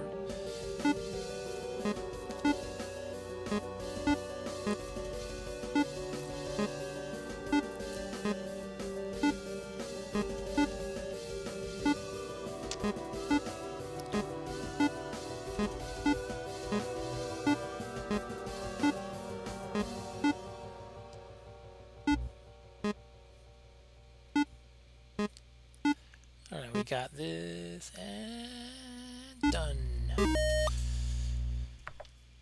You earned $33. What is this thing again? It's replace the fog light, so no slowdown heavy fog with less likely for. It's not even guaranteed battery won't die, and I'd have to pay $56. So I'll just keep what I have. Alright, so we did the job. We're not doing the auto body. It's just buy, sell, scavenge, repair, etc. And then we'll wrap it up. Let's talk to a stranger for kicks. Nobody. No butter or cheese or ice cream since electricity went out. Bless me, I don't think I can do without the comforts of the modern Asian for much longer. He's worried about his ice cream apparently. Or his cheese. Let's do a scavenge. Money and... what's that, a tombstone? I don't think that's something I can pick up, but I'm not sure. I know I've seen it before, it's been a long time though.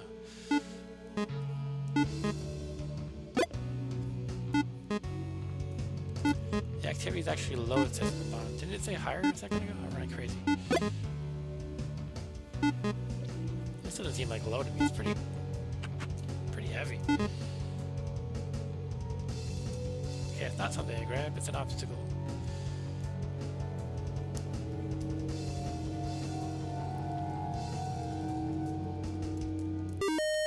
$5, 200 ounces of food. Alright, I guess that's about it. Should we trade?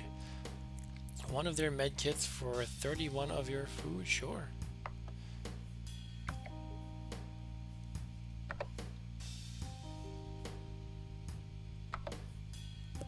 All I can buy here is food. They don't have anything else. On this difficulty level I'm playing, it's like pretty easy. You're just swimming in resources basically. So it gets more interesting when you're like tight on, you know, maybe you have a low amount of food and maybe only one medikit and you're trying to balance all these things. You trade things, you buy and sell. Right now it's like I'm swimming in everything. I have tons of everything. Maybe I'm getting a little on the low side of ammo, but you know, I'm pretty okay. Alright, I'll do one repair and then wrap it up. Let's use 4.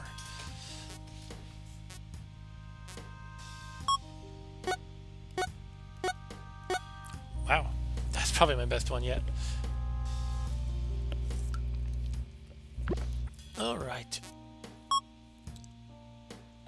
So, all in all, a pretty fun game. It's pretty easy unless you play on the very hard difficulties. And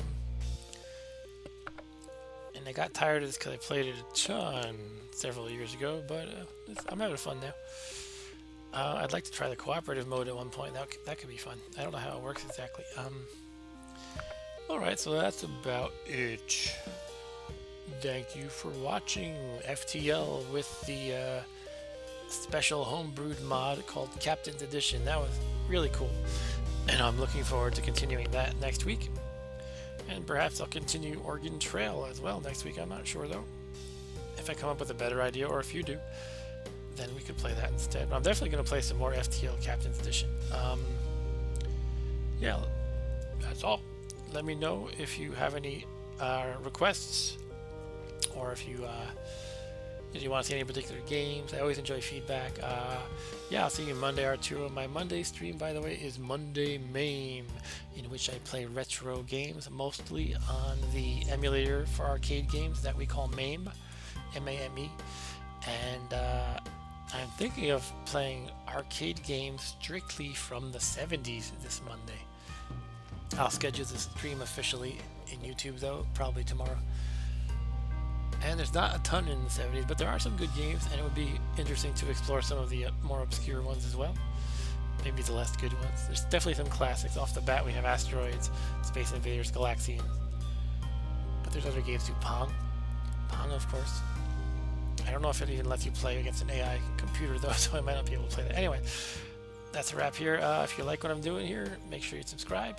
I'll take a like, too, if you want. I don't like to beg too much for these things, but I think they're good things to have because the likes help you turn up in search results, is my understanding. And subscribe if you definitely want to see, you know, my stuff in your feed. But that's about it for tonight. Thanks so much for watching. It's been fun, and that's all. Have a good night. Stay sober. Keep your clothes on. Have fun storming the castle. Take care. Bye.